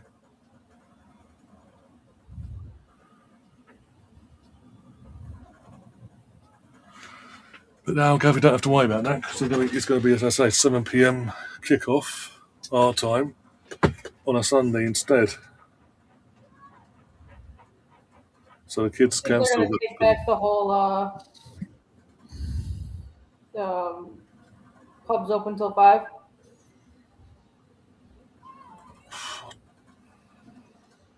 Yeah, I think they will just in case they win because again it gets more money into the economy in terms of England are through. Everyone wants to celebrate. Off they go, basically. Or everyone wants to commiserate. One of the two, yeah. Either way, it's more money. It's good for the economy, basically, as far as they're concerned. Makes you wonder why, if they can do this, why they can't just, change that 3 p.m. thing. Yeah, exactly. I don't know. Yeah. Like they've made a point that English football will err on the side of let's do something for the fans, but 3 p.m. that's not the same thing, right? Saturday 3 p.m. No, not allowed. Football fans must suffer. Oh, you got to take that shot, my man. Why did he pull back? Oh, dear. I'll get shoved from behind.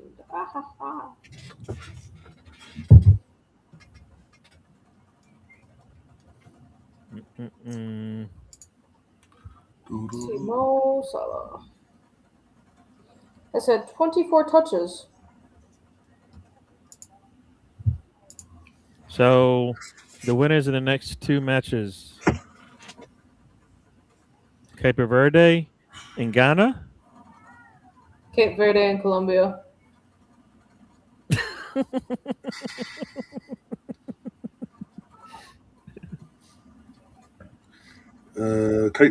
like to see Cape Verde win for the World Cup shock for the best shock in World Cup history. I'd love it.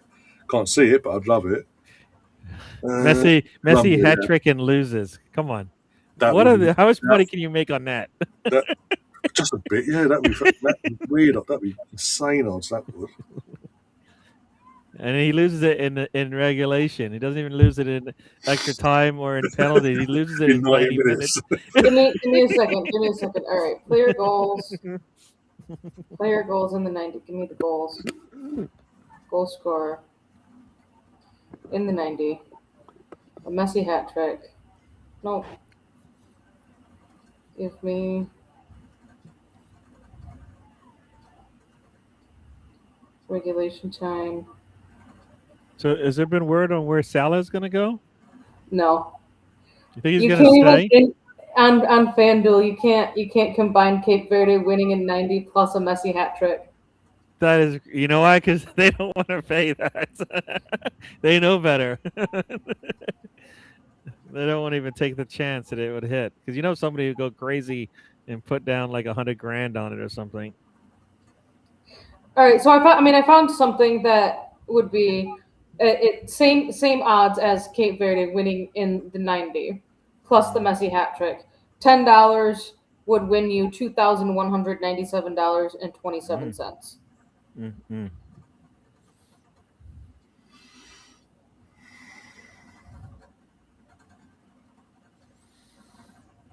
Mm.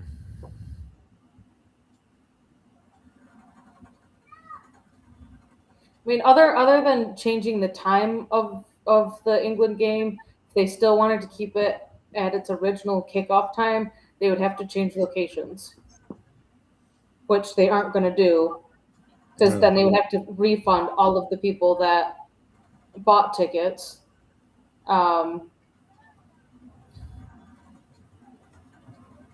And yeah.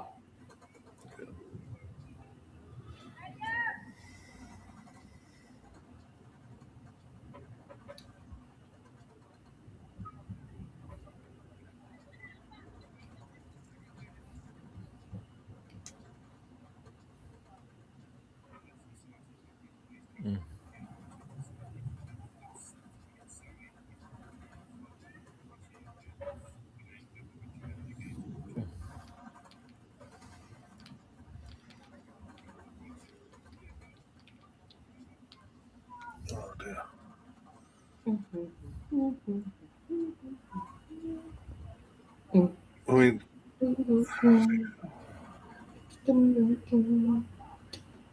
I mean, I think they can change it. they can do it if the safety of not just the players but the general public's at risk.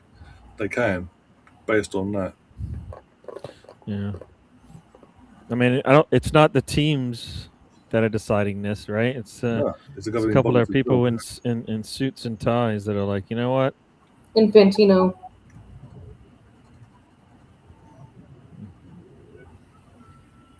Ow.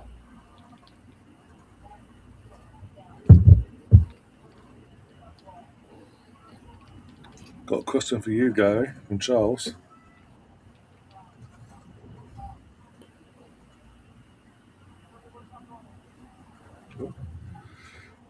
Absolute Football Podcast this evening.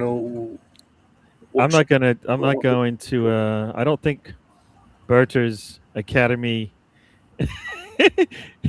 results mean much He's to me. It looking means at.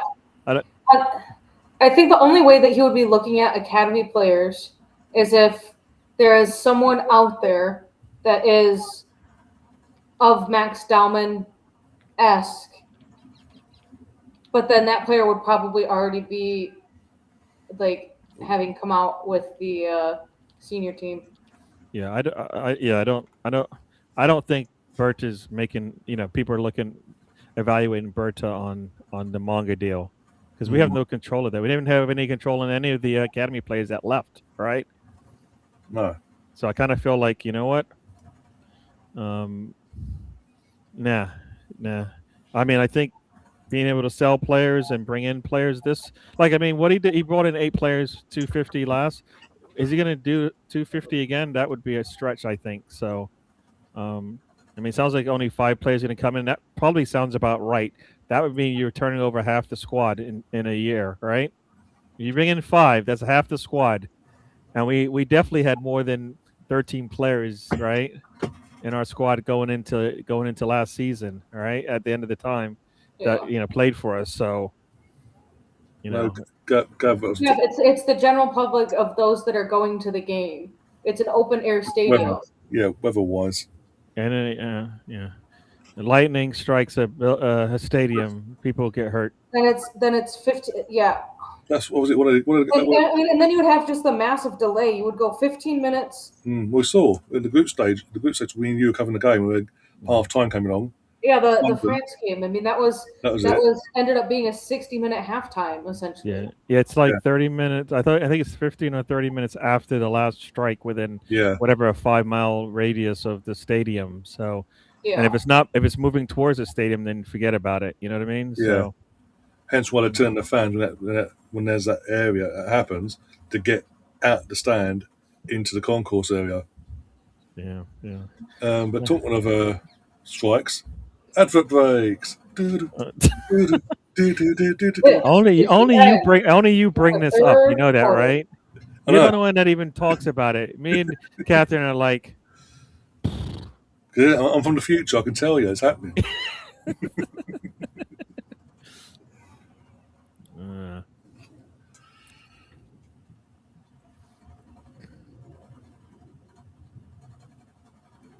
Yeah, I think in terms of Charles is asking about Real Madrid making their statement today about Enzo, they will do it. It's just going to take longer now. It's going to be the saga of the transfer window between Chelsea and them. But that will be like probably close to deadline day in terms of Enzo going to Real Madrid. Because all Chelsea have done is took it longer now.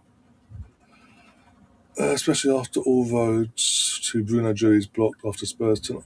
Bruno G's not a blocked thing since Snarly's been. Here we go from Fabrizio, and you've had David Ornstein and that confirm it. There's been multiple reports in the UK media itself saying Bruno still wants to leave Newcastle. Personal terms of him ain't an issue coming to Arsenal, for example. It's just down to the fee, and it's believed that £65 million will be at a minimum enough to get the deal done between the clubs.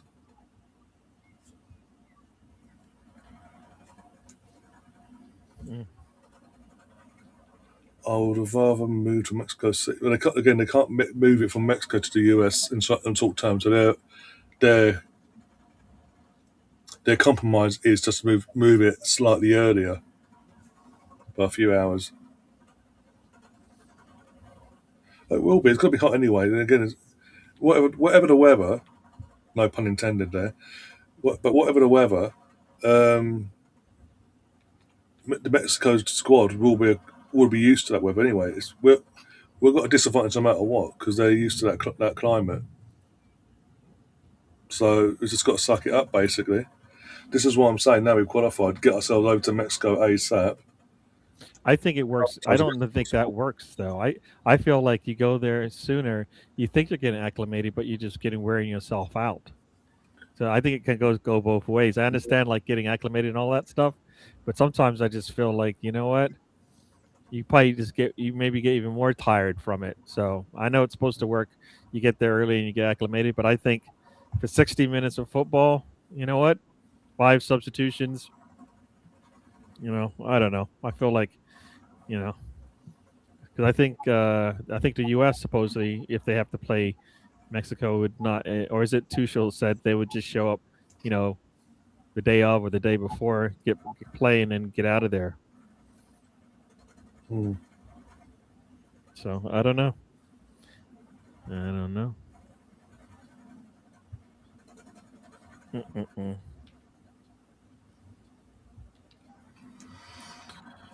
What's that? Oh dear, let's have a look if I can get this going now.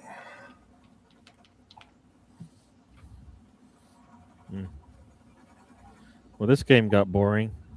Yeah, since the I thought the equaliser coming when it did, I thought it might get me bringing life back to the game again from both sides. But most of it, yet again, still on the pitch, non-existent. Mamouche is non-existent, apart from the chance he's missed to the start in the first few seconds of the second half, and the game's just literally just petered out. Mm-hmm. And it's just like you have the ball, no, we'll have the ball. And neither team, when they're getting the ball, as it stands, has made any real threat towards the other goalkeeper. What do you guys feel about England's chances at the altitude? It's going to be tough. Don't get me again. From an English, I know the guys, Catherine and Gary, obviously from America. In terms of climate, they'll be closer to knowing the situation, climatized wise, compared to how, from my point of view, because I've never travelled out there. I don't. Yeah, um, it's going to be tough. We've got to, no matter who we're playing, you've you've just got to get out there and get on with it. There's no excuses at the end of the day, but we'll see how the land lies. I mean, it just so happens we're playing an opponent that's got a massive advantage in that sense because they're used to the conditions. Basically, they've grown up most of their lives playing in them conditions, playing and living in them conditions. So that's a wasteful shot. So just got to play it by ear at this point.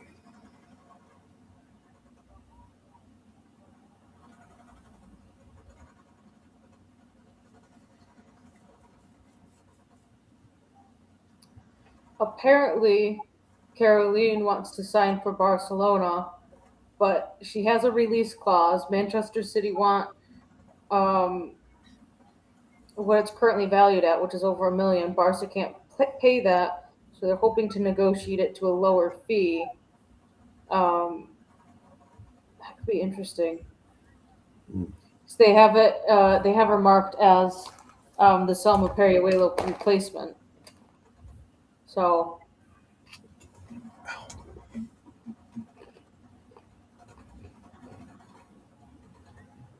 that's an interesting one. If England beats Mexico, would it be a boost for going into Brazil, or you assume obviously Brazil win? Game or just two different games, different challenges. It's different games, different challenges, but it should at the same time, due to the circumstances, even prior to this time change, it should give a boost as well. That's basically a mix of the three, really. TJ says, "Surprise, Glasner's again. Glasner's got first. Yeah, I'm on that train. I don't. That going to that team with that owner doesn't. Yep. I mean that. I mean. You've You're been taking a risk. speechless at all. You're taking chance for your. I mean, I don't know. It's not necessarily your career, but you'll be looking for a job. You could possibly be looking for a job because he doesn't do things the same way. It's a whole.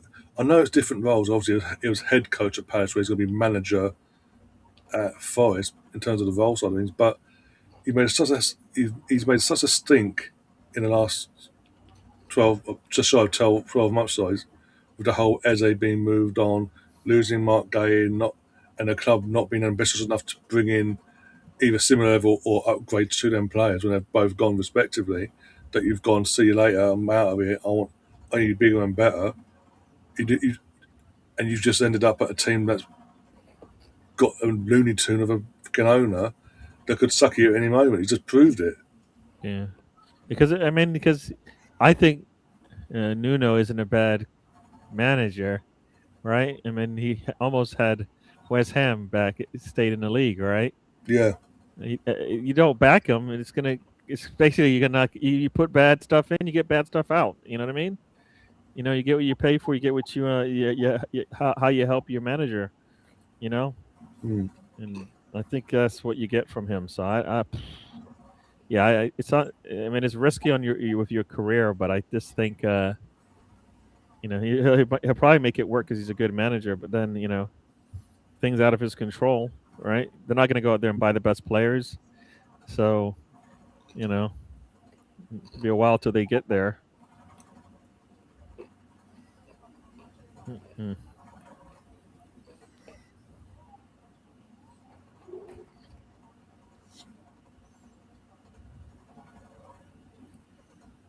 Mm-hmm.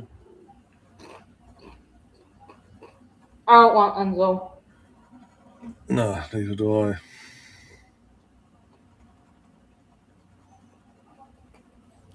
You don't like what? Enzo. Charles said would be cool if Arsenal get both the Argentines, Enzo and Alvarez, after Domino's falling in transfer market. Yeah, Enzo, no. I don't want Enzo. Alvarez, Well, yeah, I could take Alvarez, but mm,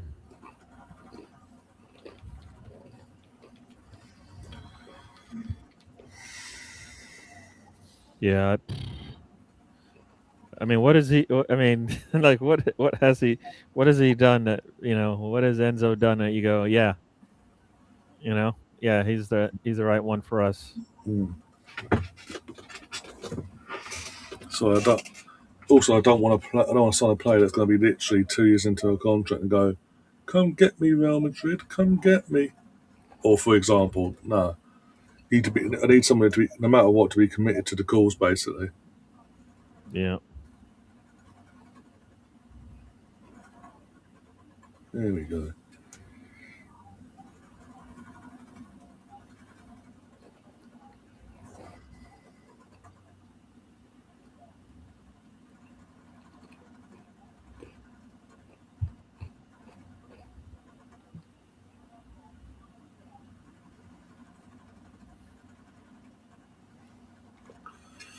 What's going on here? Right, ball. Imagine that. That's cool. Got stoppage in play because number 15 blocked a ball. And he's like, "My foot hurts now. It's gone dead. I can't move." mm-hmm. The Cuckoo come up must be studied. Through hard work, hustle, and shithousery, he went from bottom to the top. And the shithousery side of things he's had from the get go at Brighton when he came through at Brighton. So to maintain that, get even more shithousery throughout his career, and then just literally um, hustle the life out of his career in terms of getting the move to Chelsea, now getting out of nowhere after twerking for Barcelona, moving to the enemy of Real Madrid. Yeah, I get what you're saying. It does have to be studied, but how long before they turn it in? Oh, Trezeguet, talking about Vasa Villa before. Trezeguet, former striker, it's about to come on for Egypt.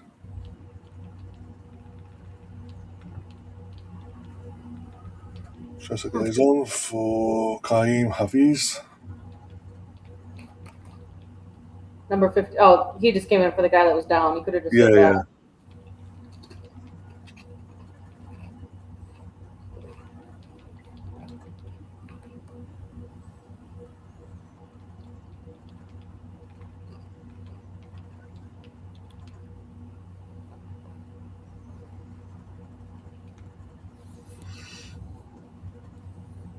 random person in the stands with his baby with the headphones in. That baby is cashed out. Yeah, that's what I'm saying. It's like with the headphones, it's like I'm out, leave me alone. God forbid if it. God forbid if Dad's team scores in this game now.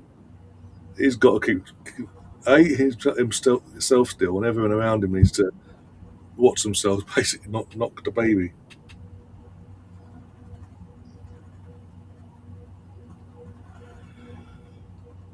Yeah.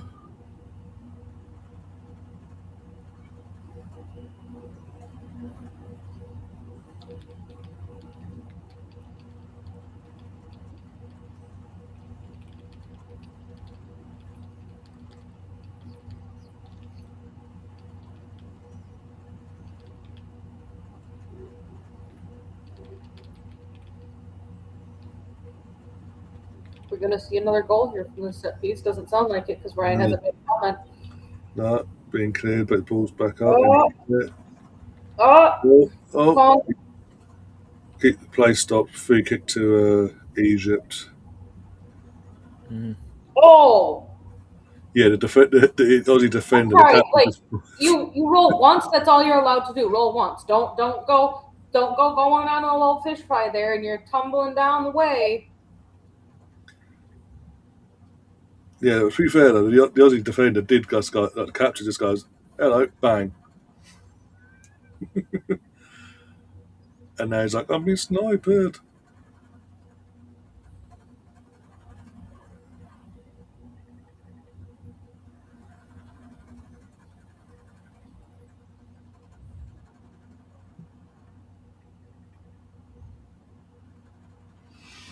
Yeah, I mean that's just little car, big truck. You know, that's all that was. I mean, if you're gonna stay low like that and a ball is in the air, then guess what? You might get an elbow. Yeah, I'm unintentionally. I'm on it now, Gavin. Just setting it up now.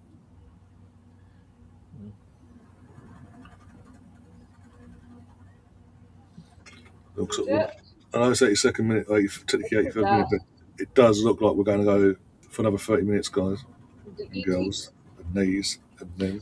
You said this yesterday to me. Remember that? To be fair, they did equalise, and the goal got ruled out for offside. So to be fair, I wasn't wrong.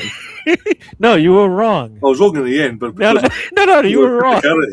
You can't no technicality. The goal didn't count. Exactly, technicality. No technicality. Oh, no, it just didn't count. So it wasn't even like nah. They wanted Ronaldo to go through, so they didn't want the same. I like to see Australia steal it at the end, don't you? I want Australia to go through, yes. Yeah. One way or the other. I want them to. Yeah, I'd like to be done sooner rather than later. But it just feels like no one wants to go for it. These buying the catching of Australia wants to kill everyone basically on the challenge of 50-50.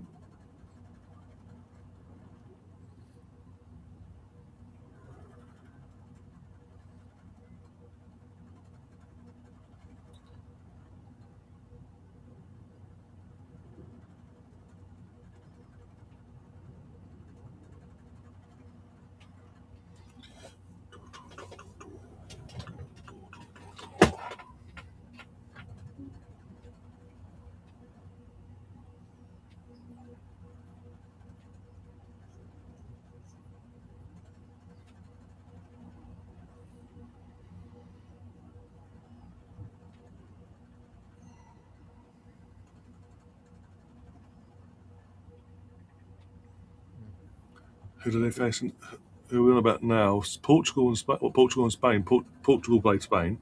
Paraguay versus France. Canada versus Morocco. Portugal versus Spain. USA versus Belgium. That is top half of the bracket. Bottom half, we've got Brazil versus Norway, Mexico versus England.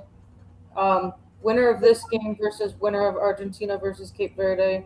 And then Switzerland versus the winner of Colombia versus Ghana. Yeah. You're too fast on that one. I was like, forget about it.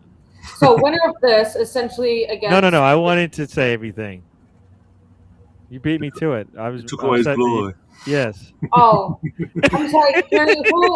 No, I'm not asking the question again. I'm not going to go back and do what Who you did did. who did they play in the quarterfinals? Who? This game. Oh, in this game? Yeah. All right, let me figure. Wait, which game is this? Oh, yeah. No, I don't know. I don't know. Now this table starts. What do you mean Oh, quarterfinals? yeah. Who would they play in the quarterfinals? Yeah. What is If it's a Egypt quarter? win, who would they face in the quarterfinals? Oh, so here we go. So it's either Switzerland or whoever wins, as you said, out of Colombia and Ghana. The winner of that makes it to the quarterfinals to play the winner of Australia, Egypt, Argentina, and Cape Verde. So it's probably Argentina and. You think Egypt will actually beat? I have no idea. Yeah, I don't think Egypt will beat Argentina. So it's either Argentina versus, and I think you guys said Colombia, right? I think Colombia beat Switzerland, or is that going to be a really good game, Switzerland and Colombia? That could be a good game.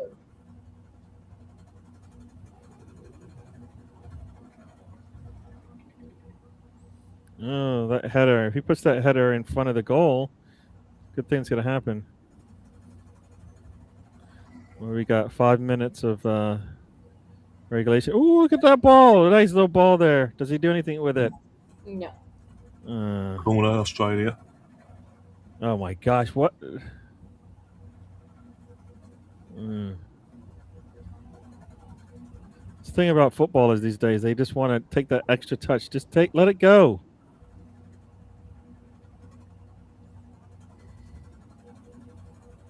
Take the extra touch. If he takes the cross early, extra touch goes out for a corner.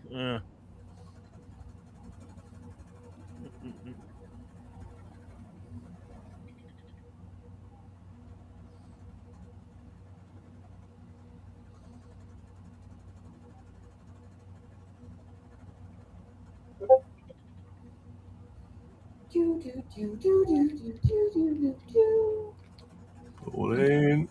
Flicked, blocked.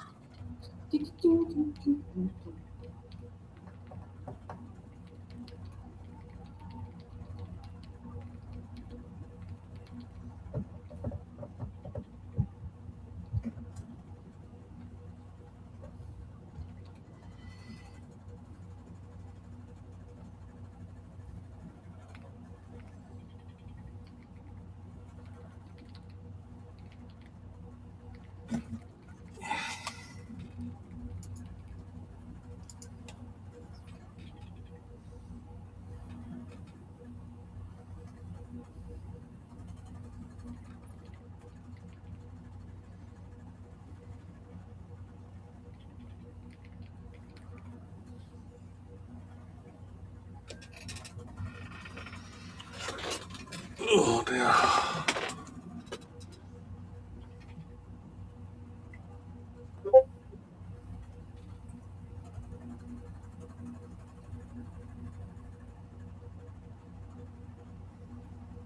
Ooh. Okay. He's calling for a foul. Mm. There you go, Gav, all set up for you.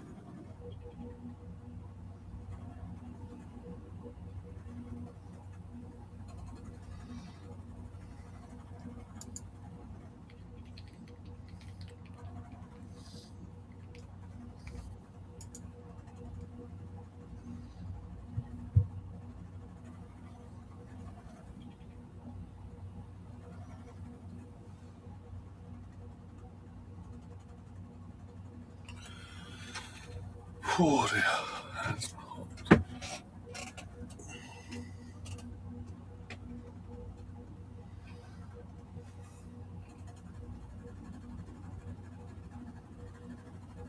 Can someone create a shot, please? I don't care for which team at this point.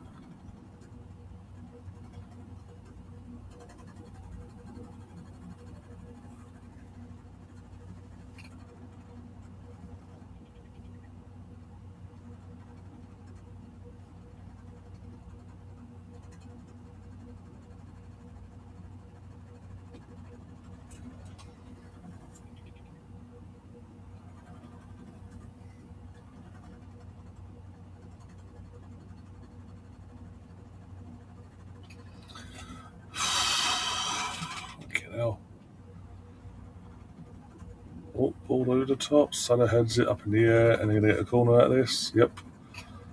5 minutes of injury time. 5 more minutes of injury time.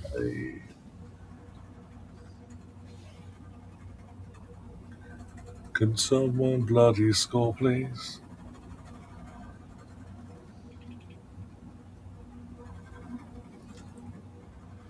Marmoush going to take the corner.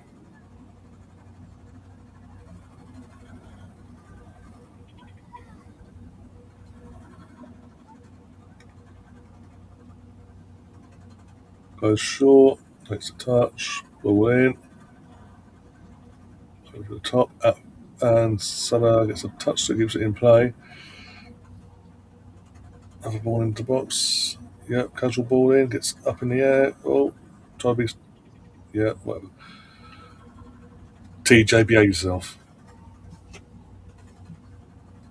Never, Oh, never that bad. We're never this bad. Behave yourself. Respect your England, your champions of England. Yes. Yeah. So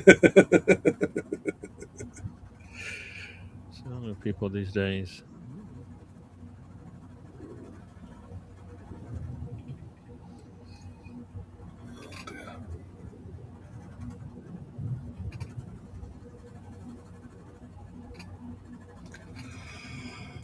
Oh dear.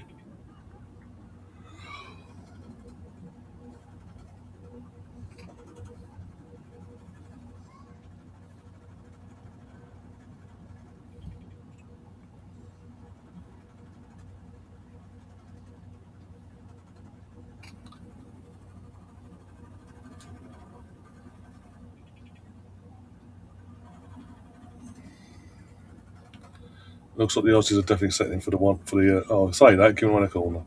Trying to be clever, aren't you? Give one a corner. You fool, Tor. You fool. Ooh. Miscommunication at its finest. And now Marcelo has a chance to step up for his country and get an assist to a late winner, potentially.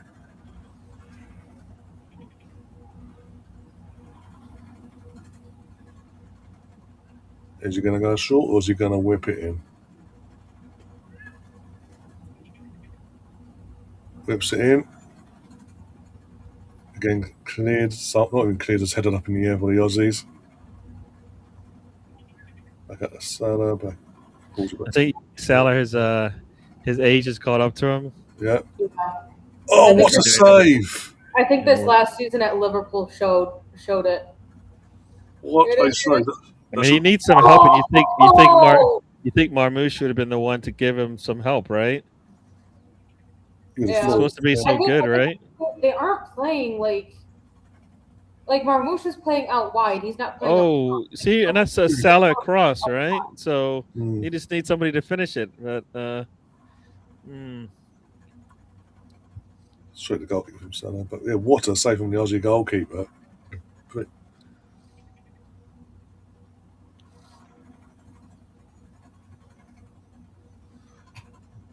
BX says Mexico versus England happens at 12 noon Mexican time. It would mean the game will be played during the hottest time of the day. Yeah, of course. Again, no matter what, it's going to be a disadvantage to England. Yeah, it's what it is.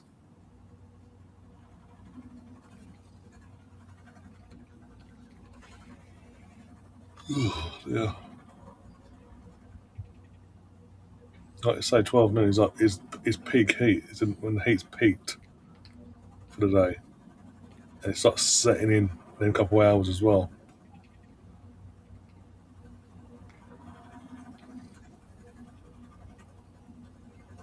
So they will earn their hydration breaks in that game.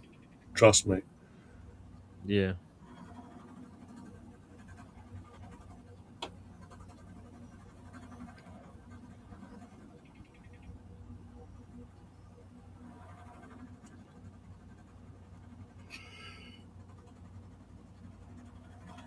Yeah.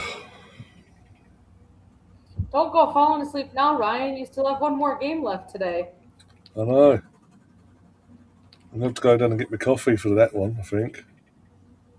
It was Argentina, right? It depends on whether Messi's check cleared. If his check cleared, you're going to get what you want, another hat trick. Yeah. If his Or check two. didn't clear, Yeah.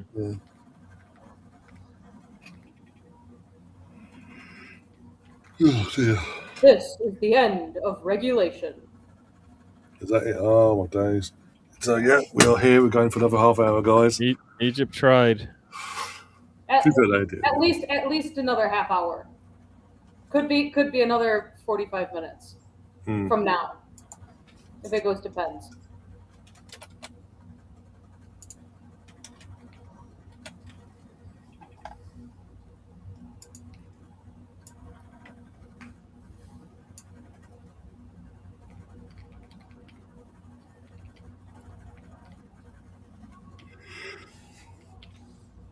Ooh.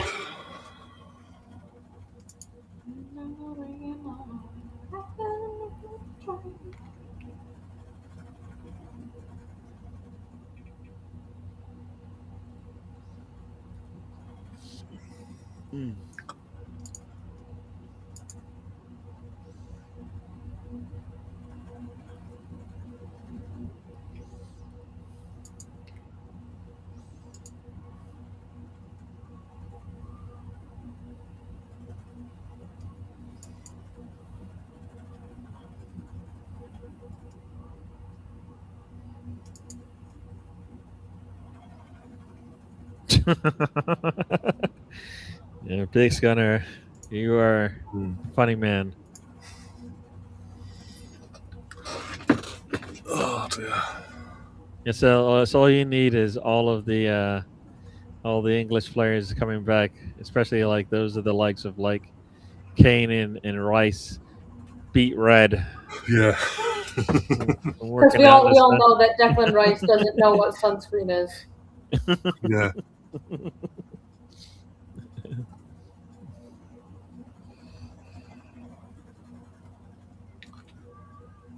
Tito, what do you mean just play Would You Rather online? You know what that means? Not a clue. It's a question. Would you rather this or that?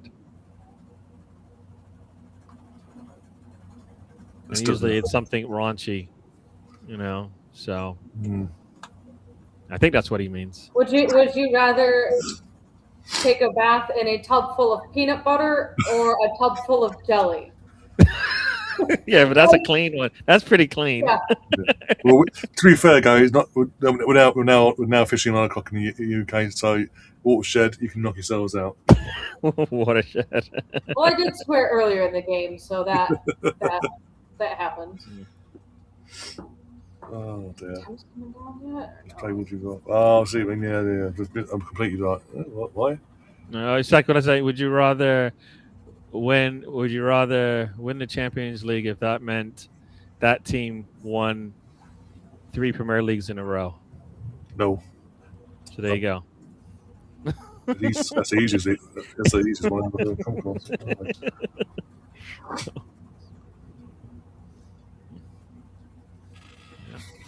I don't even want to talk about them winning anything. So No. I don't want anybody to win anything except for Arsenal. So.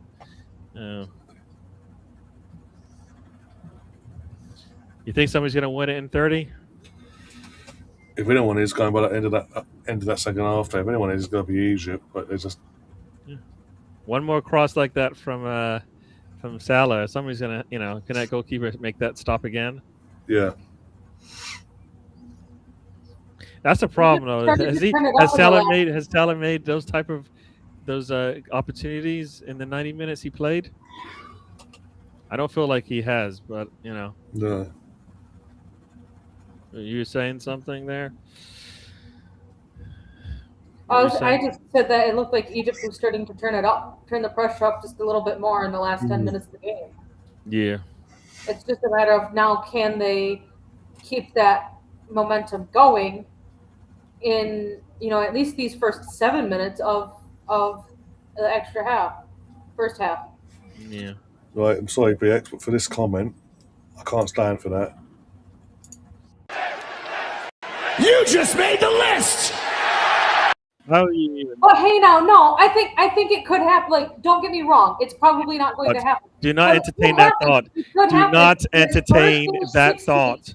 Do not Spurs could entertain that finish thought. 16th, No, and not having City it. could finish Not 17th. having it. You're trying to justify why that makes any. No. No. I'm No. not saying. I'm not No, saying you that. are Hey, saying no, too no, much. no. Can you You're put him saying on too mute, please? much. Because I think I know what BX is going on. No, don't.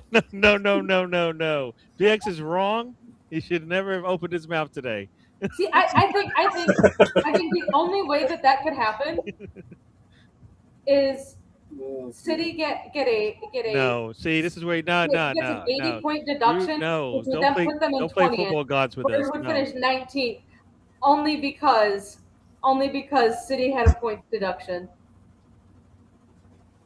Maybe that's what he means. Maybe he means that Manchester City are No, getting a massive point he doesn't mean deduction. anything worth us keeping talking about it. All right. No. So would you rather? No.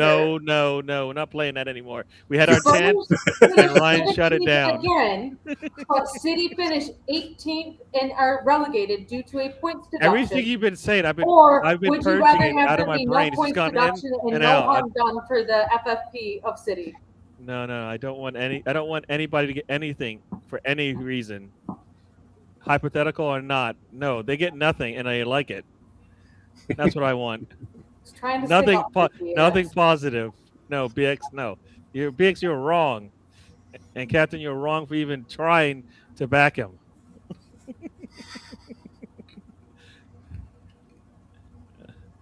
Ouch. Oh man. Yeah, he's got a full elbow to the face. To the old eye socket nearly there. Mm.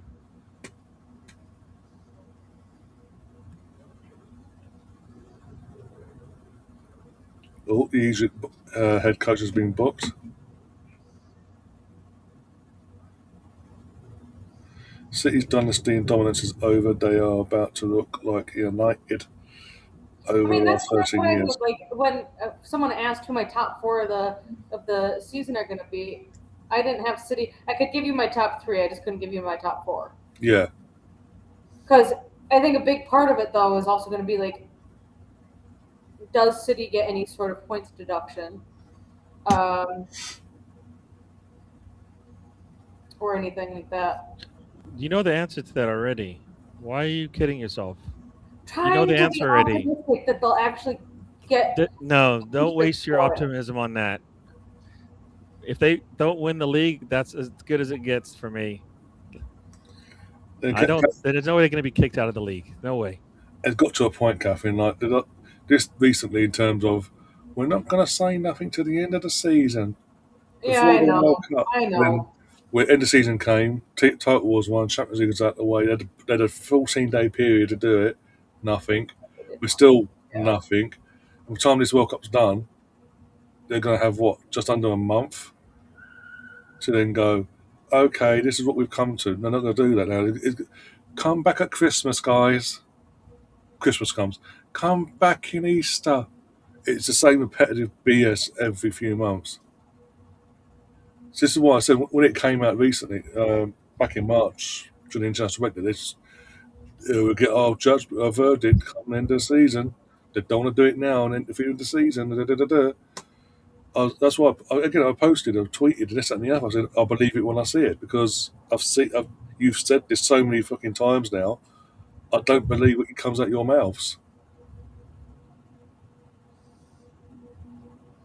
BX says Liverpool, United, and that team will battle for second, third, and fourth. Okay, yeah, then no, I have no. I can't back you up on that. I tried thinking that Spurs were still on the nonsense. You're going to back him up on this one where it's not that crazy of a thought. You're like, yeah, no, I can't do it. I don't get it. I think City themselves. If we look at just City, they're going through a managerial change, and they're getting rid of too many players, and it's almost like they're expecting Anderson to be their saving grace, and I think he's going to be a first half of the season flop for Manchester City. I mean, you just spent 116 mil on him, and I don't think he's going to perform well for City for at least the first half of the season. He might doesn't. have You know one or what? two But he doesn't games have to here and be there. all. He doesn't. I mean, I think he's comparable to what they've had next to Rodri, anyways, right? I think him and Rodri will play together, right? I think Rodri just needs to go. Well, I don't. Yeah. I think City will very much struggle compared to prior years, and I think with no points deductions or anything thrown in there, this is just City outright. I think that they could struggle to even try and get into Champions League next year. Hmm.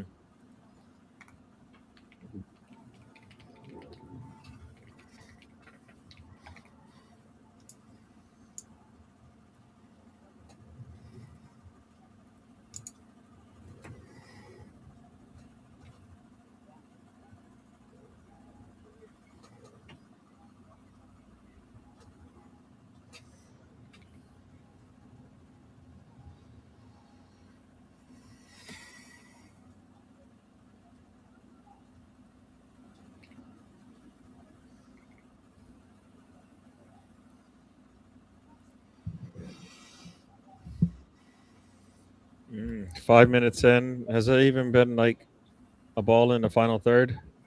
I don't think so.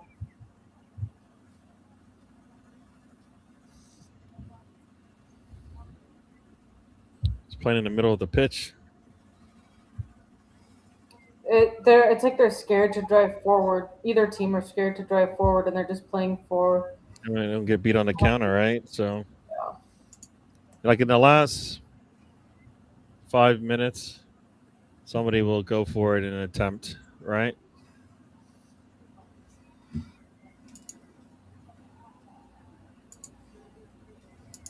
Oof.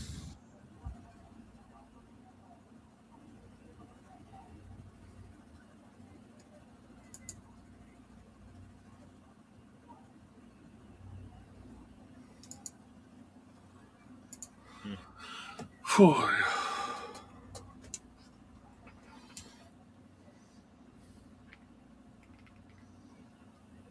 There you go. How's in the chat says, to be honest, I won't mind them not finishing above City if it means both of them winning nothing. It can be 17th and 18th. There you go. One gets relegated, one survives. Can we push that down one more and say 18th and 19th? That way they both get relegated. Like truly take it one step further, like, or do we let Spurs finish 17th 3 seasons in a row? You know what? I like that because if they really apply themselves in the next season afterwards, they get relegated, right? Because that's usually what happens, right? Usually 3 continual, positions in the same spot, you finish the deal in the fourth one. All right, that would be cool. I could if that's what that means, do it.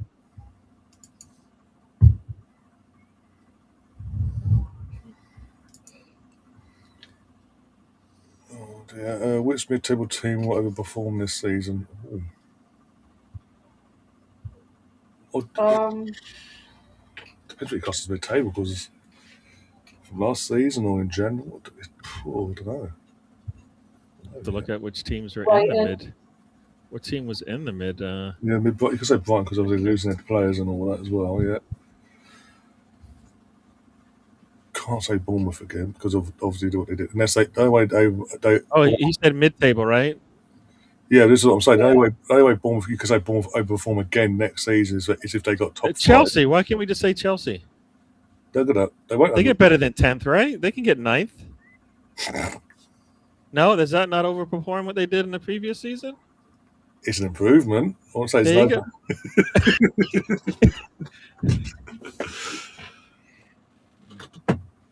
Gav, we said mid-table, not relegation fodder. Mid-table for me is 6th through 13th. That's my mid-table. Yeah. The Chelsea. If Chelsea finishes 7th, that would be they would be overperforming. All right. Yeah. That's 3 spots. That's a lot. You get into the European spot. Come on, tell me. They're outside the European spot. They get into the European spot. That is an achievement. I think what we could see next year, if Chelsea managed to get to, what did you say, 6th or 7th? I'm saying seven. 7th, which Yeah. could be a European spot. We can watch Chelsea finish 7th, having to come down to the final day to see if they play in Europe because of domestic trophies that have been won, and then watch it flip from 7th of playing in Europe to nope, it's going to 8th.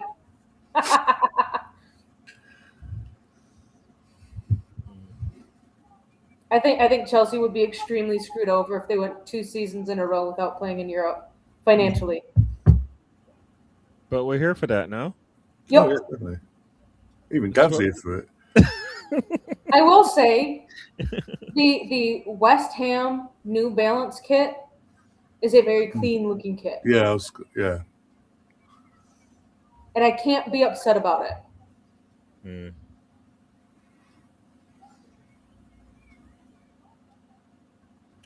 To be honest, it couldn't get any worse to what Umbo's turfing out for the last couple of years with West Ham, to be honest. Mm. But yeah, it seems like New Balance has gone back to basics with the West Ham kit and just gone traditional colours, traditional look, but with a little tweak here and there in terms of the patterning of the torso. But it does look clean, it does look slick. Just a shame it's going to be in the Championship for at least a season.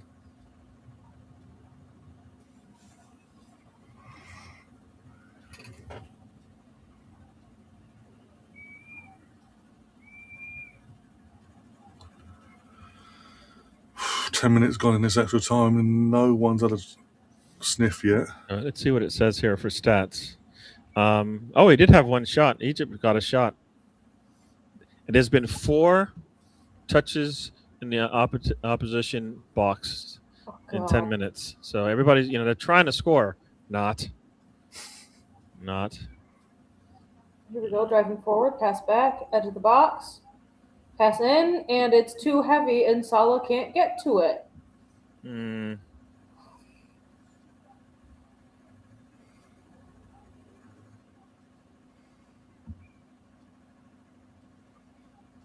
Mm.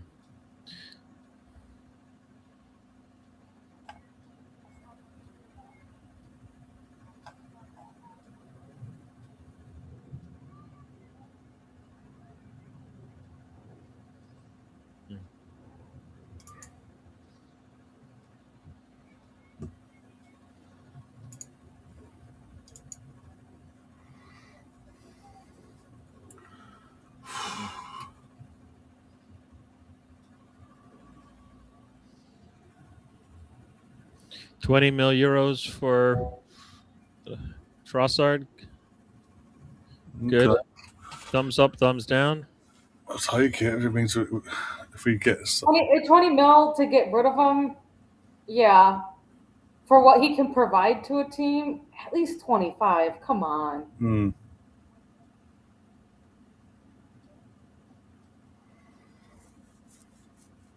Just either way, we've still got everything has got to be an upgrade on him basically. You can't just get rid of him for like, or not replace him at all. True.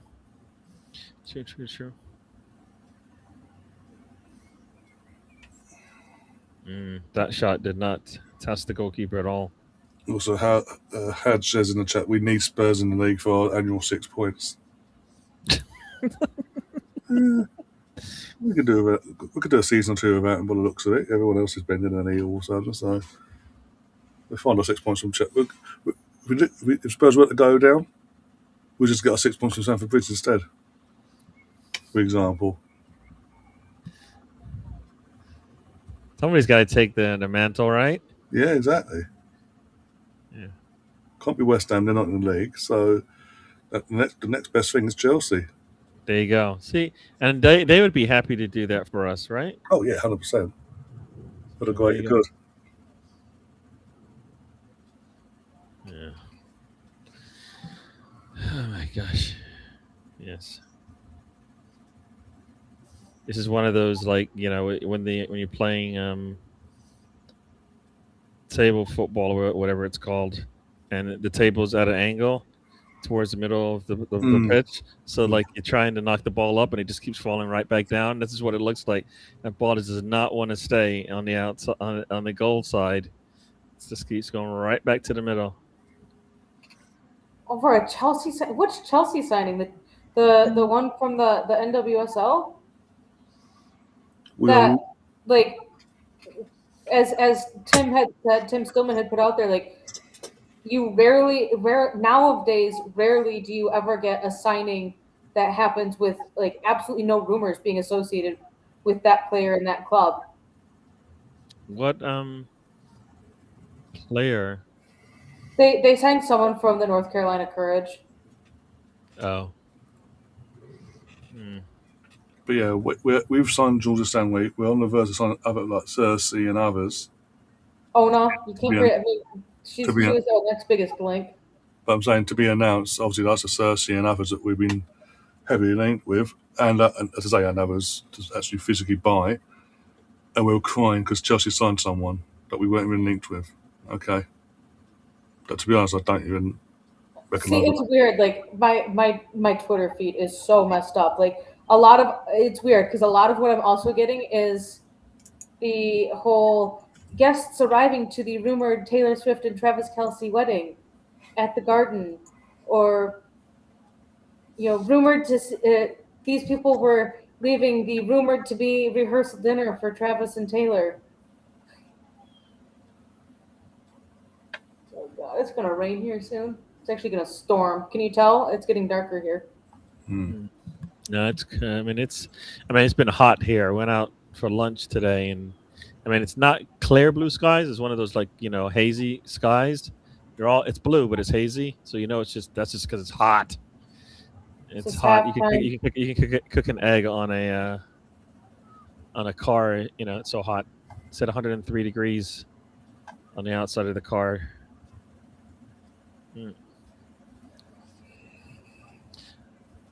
I hate transfer time, man.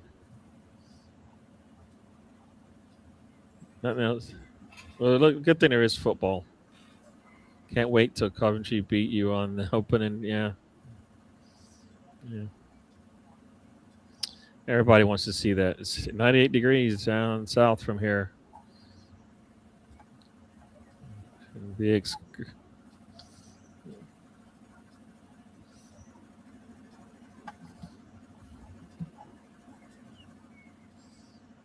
Now in the last 5 to 10 minutes of this one, then you might see some fireworks.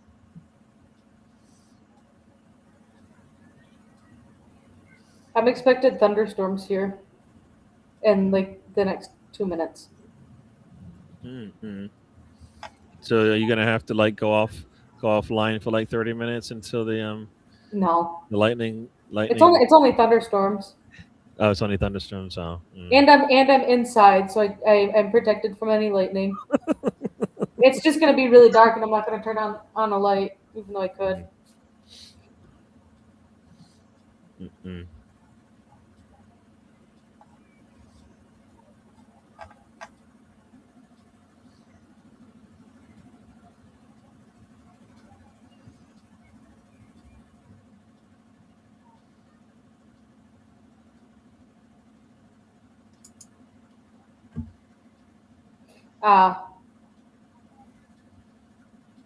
I mean, she is a great player in the NWSL, but we've also seen like look how long it took Naomi Girma and Alyssa Thompson to acclimate from the NWSL to the WSL, and Sam Coffey to acclimate. I don't think she's fully acclimated to the WSL in Manchester City yet. Like there has been one player that has left the NWSL and has hit the ground running in the WSL, and that is Emily Fox. Yeah. She's a really good player. I think so. I mean, Sam Coffey, like I would have loved to have Sam Coffey. Like what she was doing in the NWSL was really great, and she was going to be like filling that positional hole that Arsenal needed to have filled. And she came to Manchester City when they had like 3 players out in the Asia Cup, and which left her right into getting right into the starting 11. And I don't think she performed that well. She didn't. I don't think she played as well in the WSL as she did in the NWSL in that same season. I mean, Naomi Girma took her so long just to try and settle down at Chelsea. I still don't think she's reached her full playing capabilities at Chelsea as she has for the U.S. or what she had for San Diego. Mm. And some people might say that's my bias. No, that's me coming from. I've watched these players play in the NWSL and in the WSL, and it's just not the same. I can usually give you about 6 months to settle in at a new club and in a new country in a new league, but much more than that. The best can do it in 6 weeks. Yeah, well, Emily Fox is a better player, so that's the difference. She starts for her country. It's really good, and was able to, and she was able to make it translate, right? Yep. I mean, they're on 2 different levels, Emily Fox and Sam Coffey, right? Mm-hmm. And Emily Fox and Naomi Girma and Emily Fox and Alyssa Thompson. I'm just saying, Emily Fox, as you said, came in and did she miss a beat? Nope, Emily Fox came in and wiped the floor with everyone else. There you go. Emily That's what Fox I'm has saying. left games with more players in her pockets than Chelsea has trophies. There you go. Tell them. Tell them. Tell them. Tell them to the people. Say it to the people in the back so they hear you. She's even won a world championship and a Champions League. Just There you go. Yeah, just to add on, I mean, if you really want to compare Arsenal signing NWSL players, look at Jenna Neiswanger and Emily Fox. Mm. Jenna Neiswanger has gone out on loan for 2 seasons now at Aston Villa. She is now back with Arsenal. I have a feeling that we will be trying to sell her or putting her back out on loans to probably Brighton or something. Yeah. Yeah.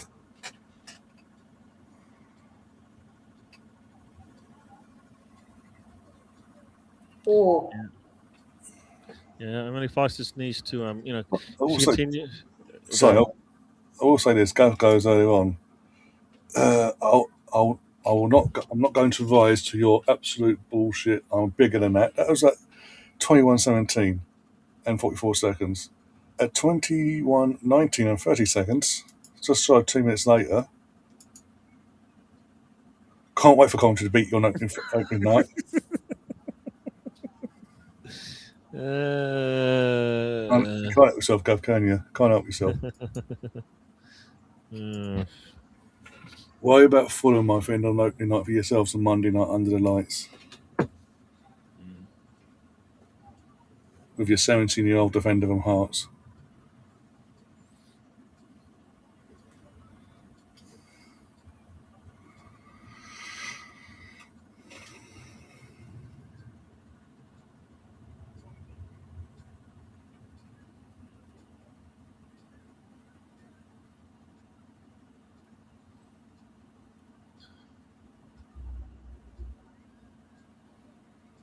Wasn't it half time yet?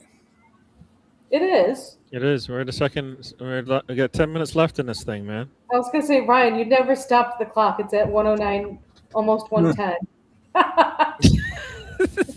Literally, I've been watching. I'm like, watch 150. I was like, okay. You were sitting there. You didn't hear what Catherine said. We're at halftime now. I won't pay attention and bloody. I mean, there was no stoppage time either. Yeah, they lost their money. They had their 2.5-minute break and just to hydrate some more before the second. They're playing keep away. Like nobody wants to get anywhere near the ball. If you have the ball, you're not gonna. Nobody's coming near you. For what game was it? Germany, the third Paraguay. game that had gone to extra time. There's been quite a few, but Germany, Paraguay, maybe. No, because that one finished on penalties. It was the one where it was almost going to go to penalties, but then there was a penalty in the game. What's the name? Belgium versus Senegal. At that point in time, and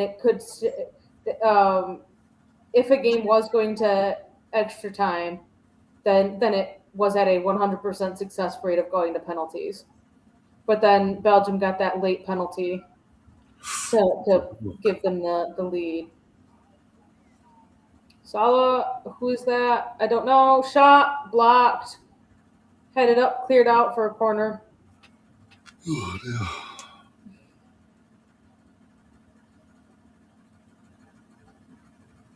Why didn't he just take the shot the first time? See, Gary, I think Gary had said it that Haji Wright should be starting instead of Pepe.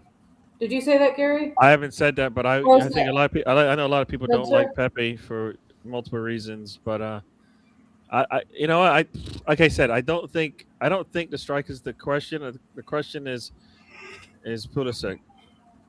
That's the Yeah. question. I think that's going to be the answer to the question as to who's going to make the difference in whether USA wins, at least on the attacking side. They could go to penalties, but if they're going to win it with goal or goals, it's going to be all about Pulisic.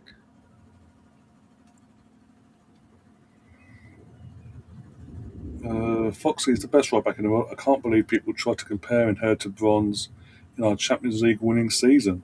Yeah. No, exactly. And I think the biggest thing though is that the media ignores Emily Fox. But you know what? She's a And I'm okay with defender, that. and that's fine. Performance on the pitch is better than performance in the media. Yeah. Salah blocked corner.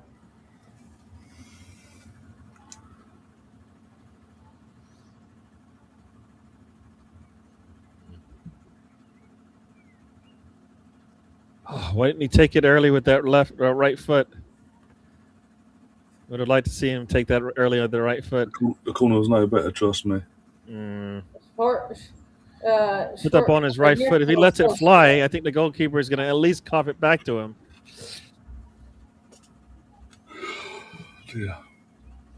So what does he do with the corner? Ooh, that went like 2 feet in the air.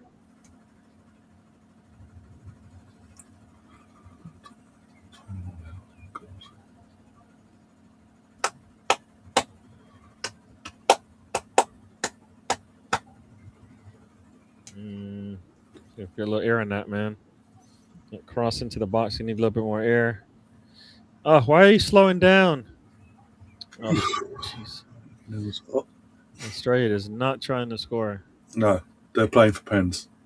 Yeah. It's so obvious. I mean, the worst case scenario, he just takes it to the corner, but he didn't even want to try to look like he's going to try to score. Like, no, I see a goal in front of me. Oh, what's that?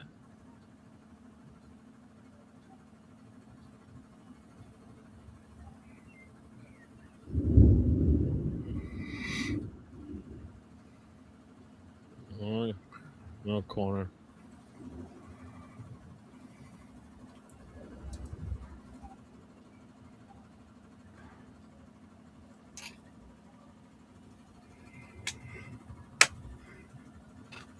Yeah. I like it when people get called out. They're like Michael Elise playing for France instead of England is disloyal, but Erling Haaland playing for Norway and not England is okay. Right? Yeah, basically. I mean, he was born in Leeds. He should be playing for England. Technically, but he's born in England. He's partly from England. He's partly English, sorry. No, he's English. Yeah. He's English. Whether he maybe denounced it, I don't think he had denounced that passport, right? That birth certificate says otherwise. Yeah.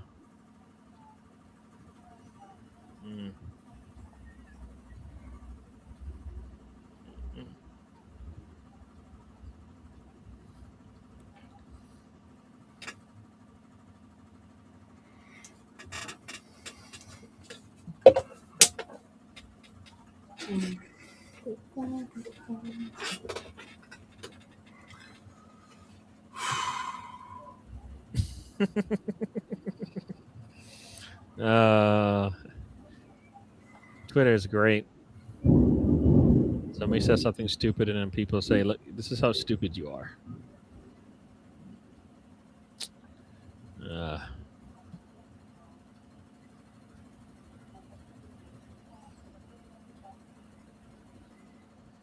Yeah, Oxley Chamberlain, 1-year deal to Celtic. Bloody hell. Manchester United is looking at Somerville.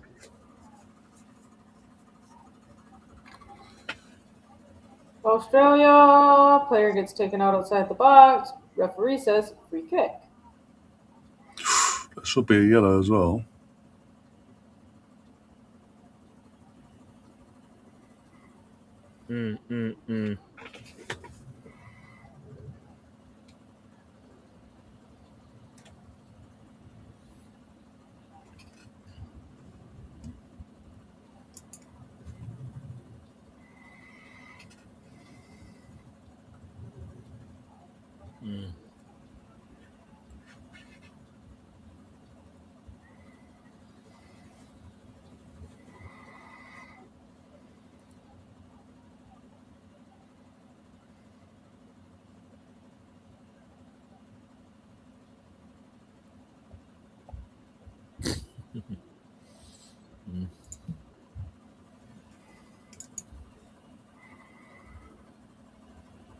Own goal, right?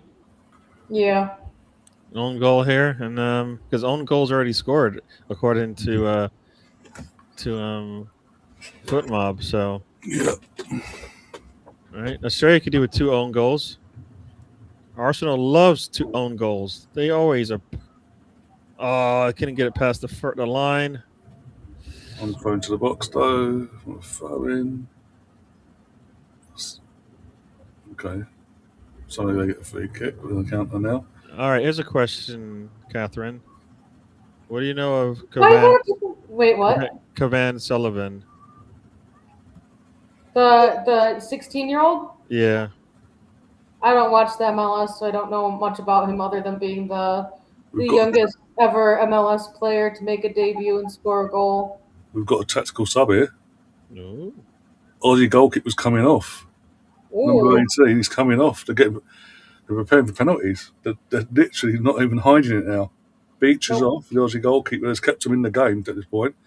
And former Arsenal goalkeeper Matty Ryan is coming on. Oh no. No, I'm saying oh no. Oh no. Oh wait, Matt Ryan. Okay, Matty Ryan. Yeah. Sorry, when you said it, I was thinking Matt Turner. I was like, no, Matty Ryan. I actually like him. Gary, I like what he did for Arsenal. I would have kept him. Yeah, Gary, you're okay. This is Australia, not USA. I know. I don't know where when you said it, I had Matt Turner in my head, and I'm like, no. Matt Ryan. I like Matty Ryan. I liked him. I liked him for Arsenal. He did well for us. Yeah. They put a lot of pressure on them. They put a lot of pressure for themselves to get to penalties now. Yeah, now you know if you're like Egypt, dude, just get the ball in the box. Whatever you do, get the ball in the box. We'll figure it out when he gets there. Just get it there. Oh, bloody! I'll have to follow through afterwards. Oh, that was late. That's not yellow. Oh, that's not yellow, referee. Eventually, he does stop the game. Yeah. And Yasser is booked. Yeah. And he was sliding for like days. Oh, you know what? Yeah, if he doesn't bring his leg up, he's fine. As soon as he brought that leg up, he's asking for the yellow, and he got it. 1 minute of injury time added on at the end there. And also, Egypt want to bring on Sabir. Don't know who for. Because they're not doing that yet. They're going to wait for this to be done with first. That'd be funny if they don't let him come on. Oh no! And they end the match. They've changed their mind. They've taken off number 19 now.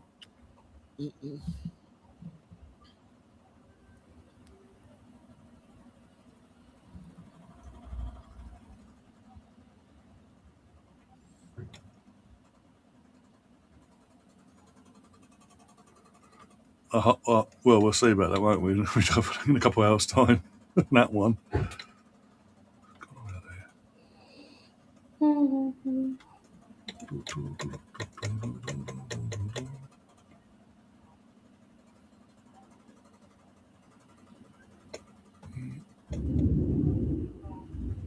into the box. Keeper keeps it out, but it's going to be. Well, I say it's going to be cheap. It's right at him, but it's a floater. Oh, 2 players down. yeah. TJ's asking, would you rather 1 Champions League or 3 Premier Leagues? Head If injury. you win 4 Premier Leagues in a row, if you won 4 Premier Leagues in a row and you didn't win the Champions League, could anybody talk to you? No. You can try.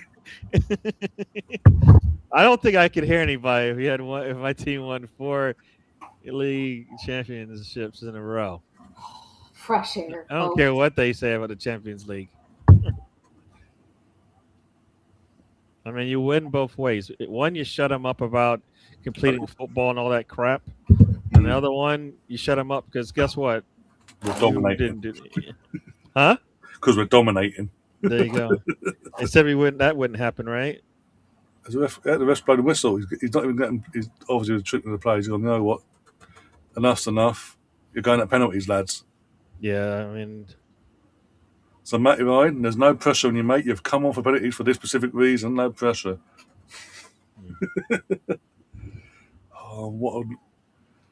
He's got to save at least 1 at this point now, being the fact he's come on specifically for this.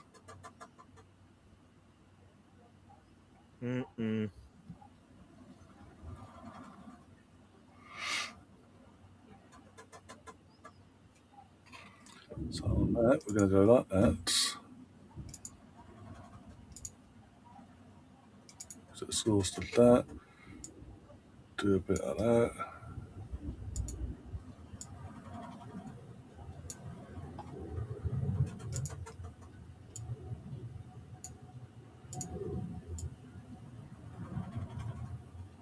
And there, be ready for that. There we go.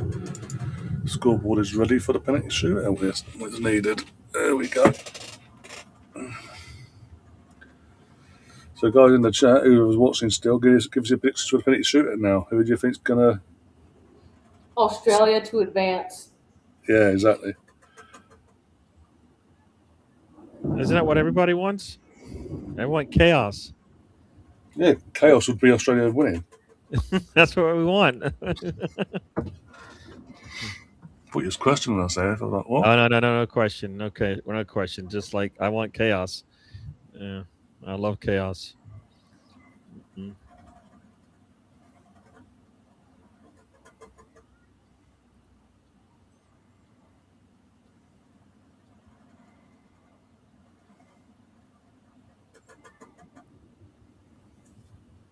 All right, let's see. We've got Salah's going to be taking the first one, you think? Yeah, just going. Yeah, either him or Mamouche will be the first one. Mamouche is off. He came off in the 106. Oh, see, I don't even pay attention to that. Sorry, why are the Egypt team watching Real Madrid highlights of Mbappe scoring on their laptop? I kid you not, you'll see it in a second. It went to a little bit of a break. It was a penalty. It was an Mbappe penalty, but he's not playing. Just run up, shoot the ball, no stutter steps, don't do any bullshit. You were supposed to practice that stuff before you got to the World Cup? I knew we forgot something. We forgot something. When did we go to penalties? Oh, quick. Find me somebody taking a really good penalty kick. Mbappe. All right, cool. Got good Wi-Fi, why not?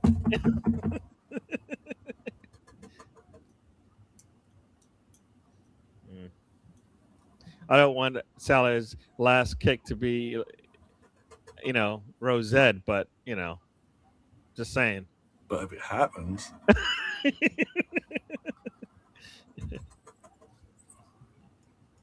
Egypt going would be interesting as well. But, an Asian team going as well would be just good, right?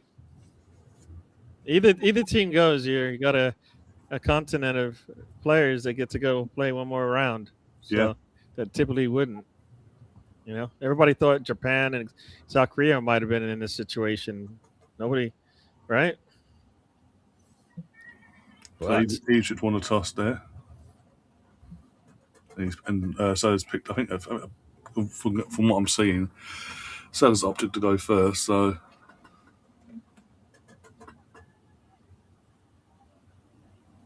just got to wait now for them to start disbanding into the centre of the pitch and take their turns.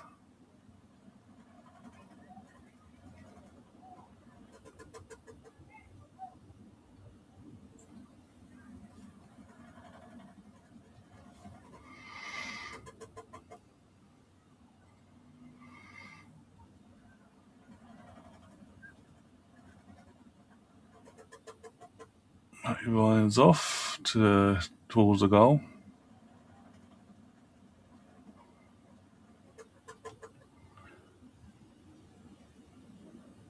You just had one huddle and you're having another huddle. Okay, cool. Yeah, have a word. Well, we had one huddle to watch a clip of penalties, and now we're having a second one to say focus up and don't fuck up. put the ball between those Good four change. white posts. Yeah, you see the 3 white posts? It was easy going first. Hit it. And it's Hit it.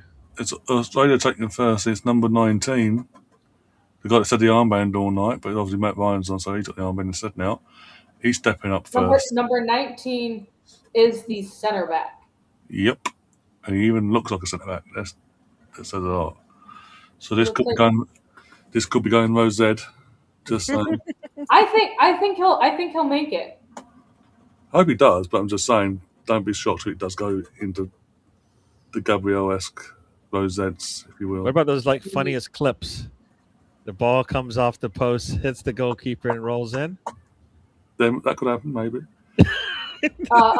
Jonathan Tah penalty, which honestly, like, Yeah. his teammates. Here we go, underway. He skied it. Oh no! He did everything. He sent the kick the wrong way and still skied it. Oh no! Oh no! Do you have a sound? Wah, wah. Oh man! Okay, we'll do that at the end. But you know what? Good on him for saying. Oh no. my gosh! I don't But, think he's ever taken one before. If you're gonna be saying like, yeah, I'll take the first penalty. Like, Sabir. make it a sure thing. Fresh pair of legs is taking it first for Egypt. Sabir, number 21.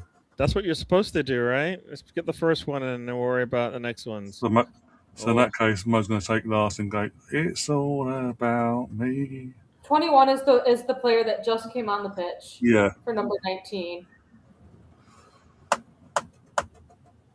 And number 1 for Australia just came on Matty for Ryan. this. He's lining up directly behind the ball. Here we go. Go 1-0 up, take the advantage. Just gets in, just. I thought you were about to say skied it. Off to the side, no stutter step. Oh! I think he got his hand to it, like a fingertip, but so much power and pace on it. Keeper goes the right way. Let's see the replay. Yeah, keeper goes the right way. Yeah, but that's where you want to put that ball up in the air. Yeah. Right? I mean, number 22 next for Australia. Didn't see her name, just got that bloody samurai look. Fully. Yeah, why don't you there in terms of the colours?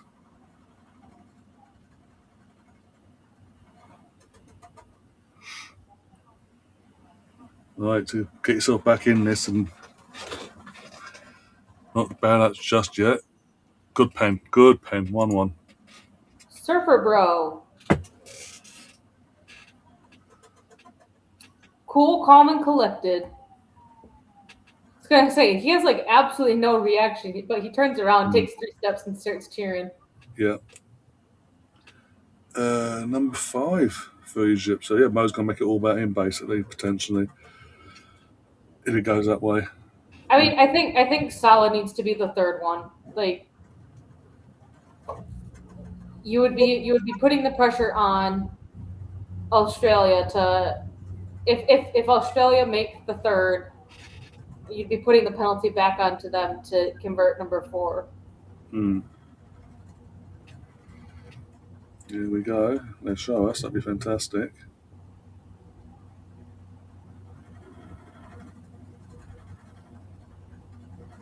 Here we go. Stepping up. Saints keep the wrong way, 2-1. Oh, dear.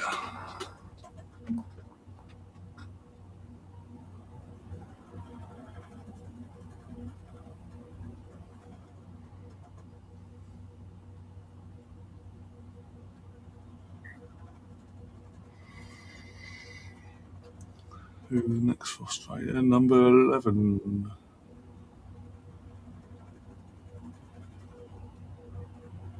Take his time. Does not. I don't like that. They take the time.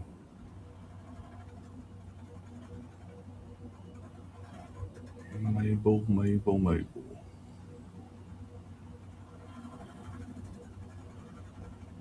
Doesn't look. I'm not sure about this. It's taking a short run up as well by the looks of it.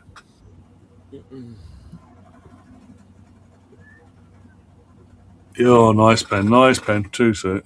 Well done. Calmly taken. Let the keeper make the call first, and then thank you. I miss Maitland Niles. I think Penalty on kick. all 3 of Salah's Those are the taking best penalty kicks of Yeah. all time. Salah's taken number 3.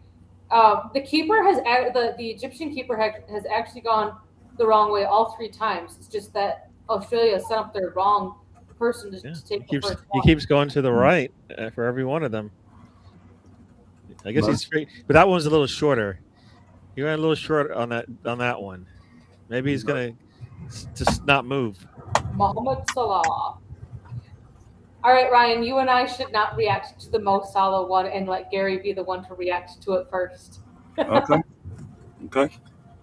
All right, Gary, it's off of you. It's all Walk me. us through it. Walk us through it. One of the Egyptian players is crying. I don't know why he's crying. He made his. Come on. Matty Ryan get a hand on this one.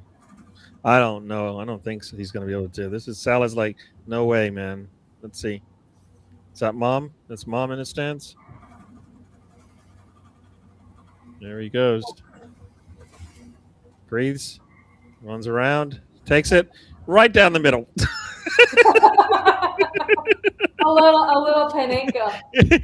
I mean, he's not even around the middle. He hit it closer to the goalkeeper than away from him. The goalkeeper looked back and you can see the ball just come right over his barely over his feet. I'm sorry, but the cheeky ass grin that he throws at Ryan. Yeah, Ryan is like, oh damn it, and it's like. It looks like they've sent. Australia have sent up a kid. I was like Zidane in the World Cup with his penalty kicks, right? Or his penalty kick. He made you look stupid as a goalkeeper, man. All right.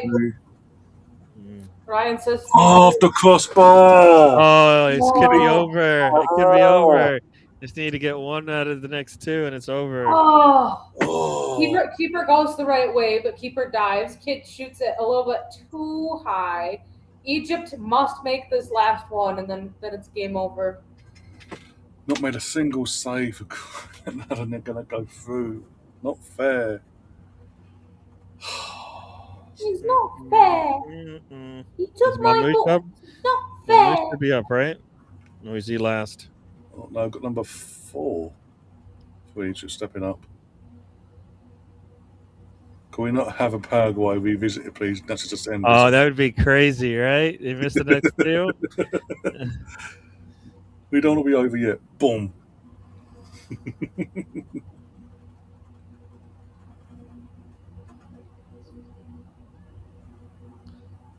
I can't imagine taking these types of kicks, man. Is it game, set, match? They're still waiting. Someone's messing about the ball. Matt Ryan's getting impatient.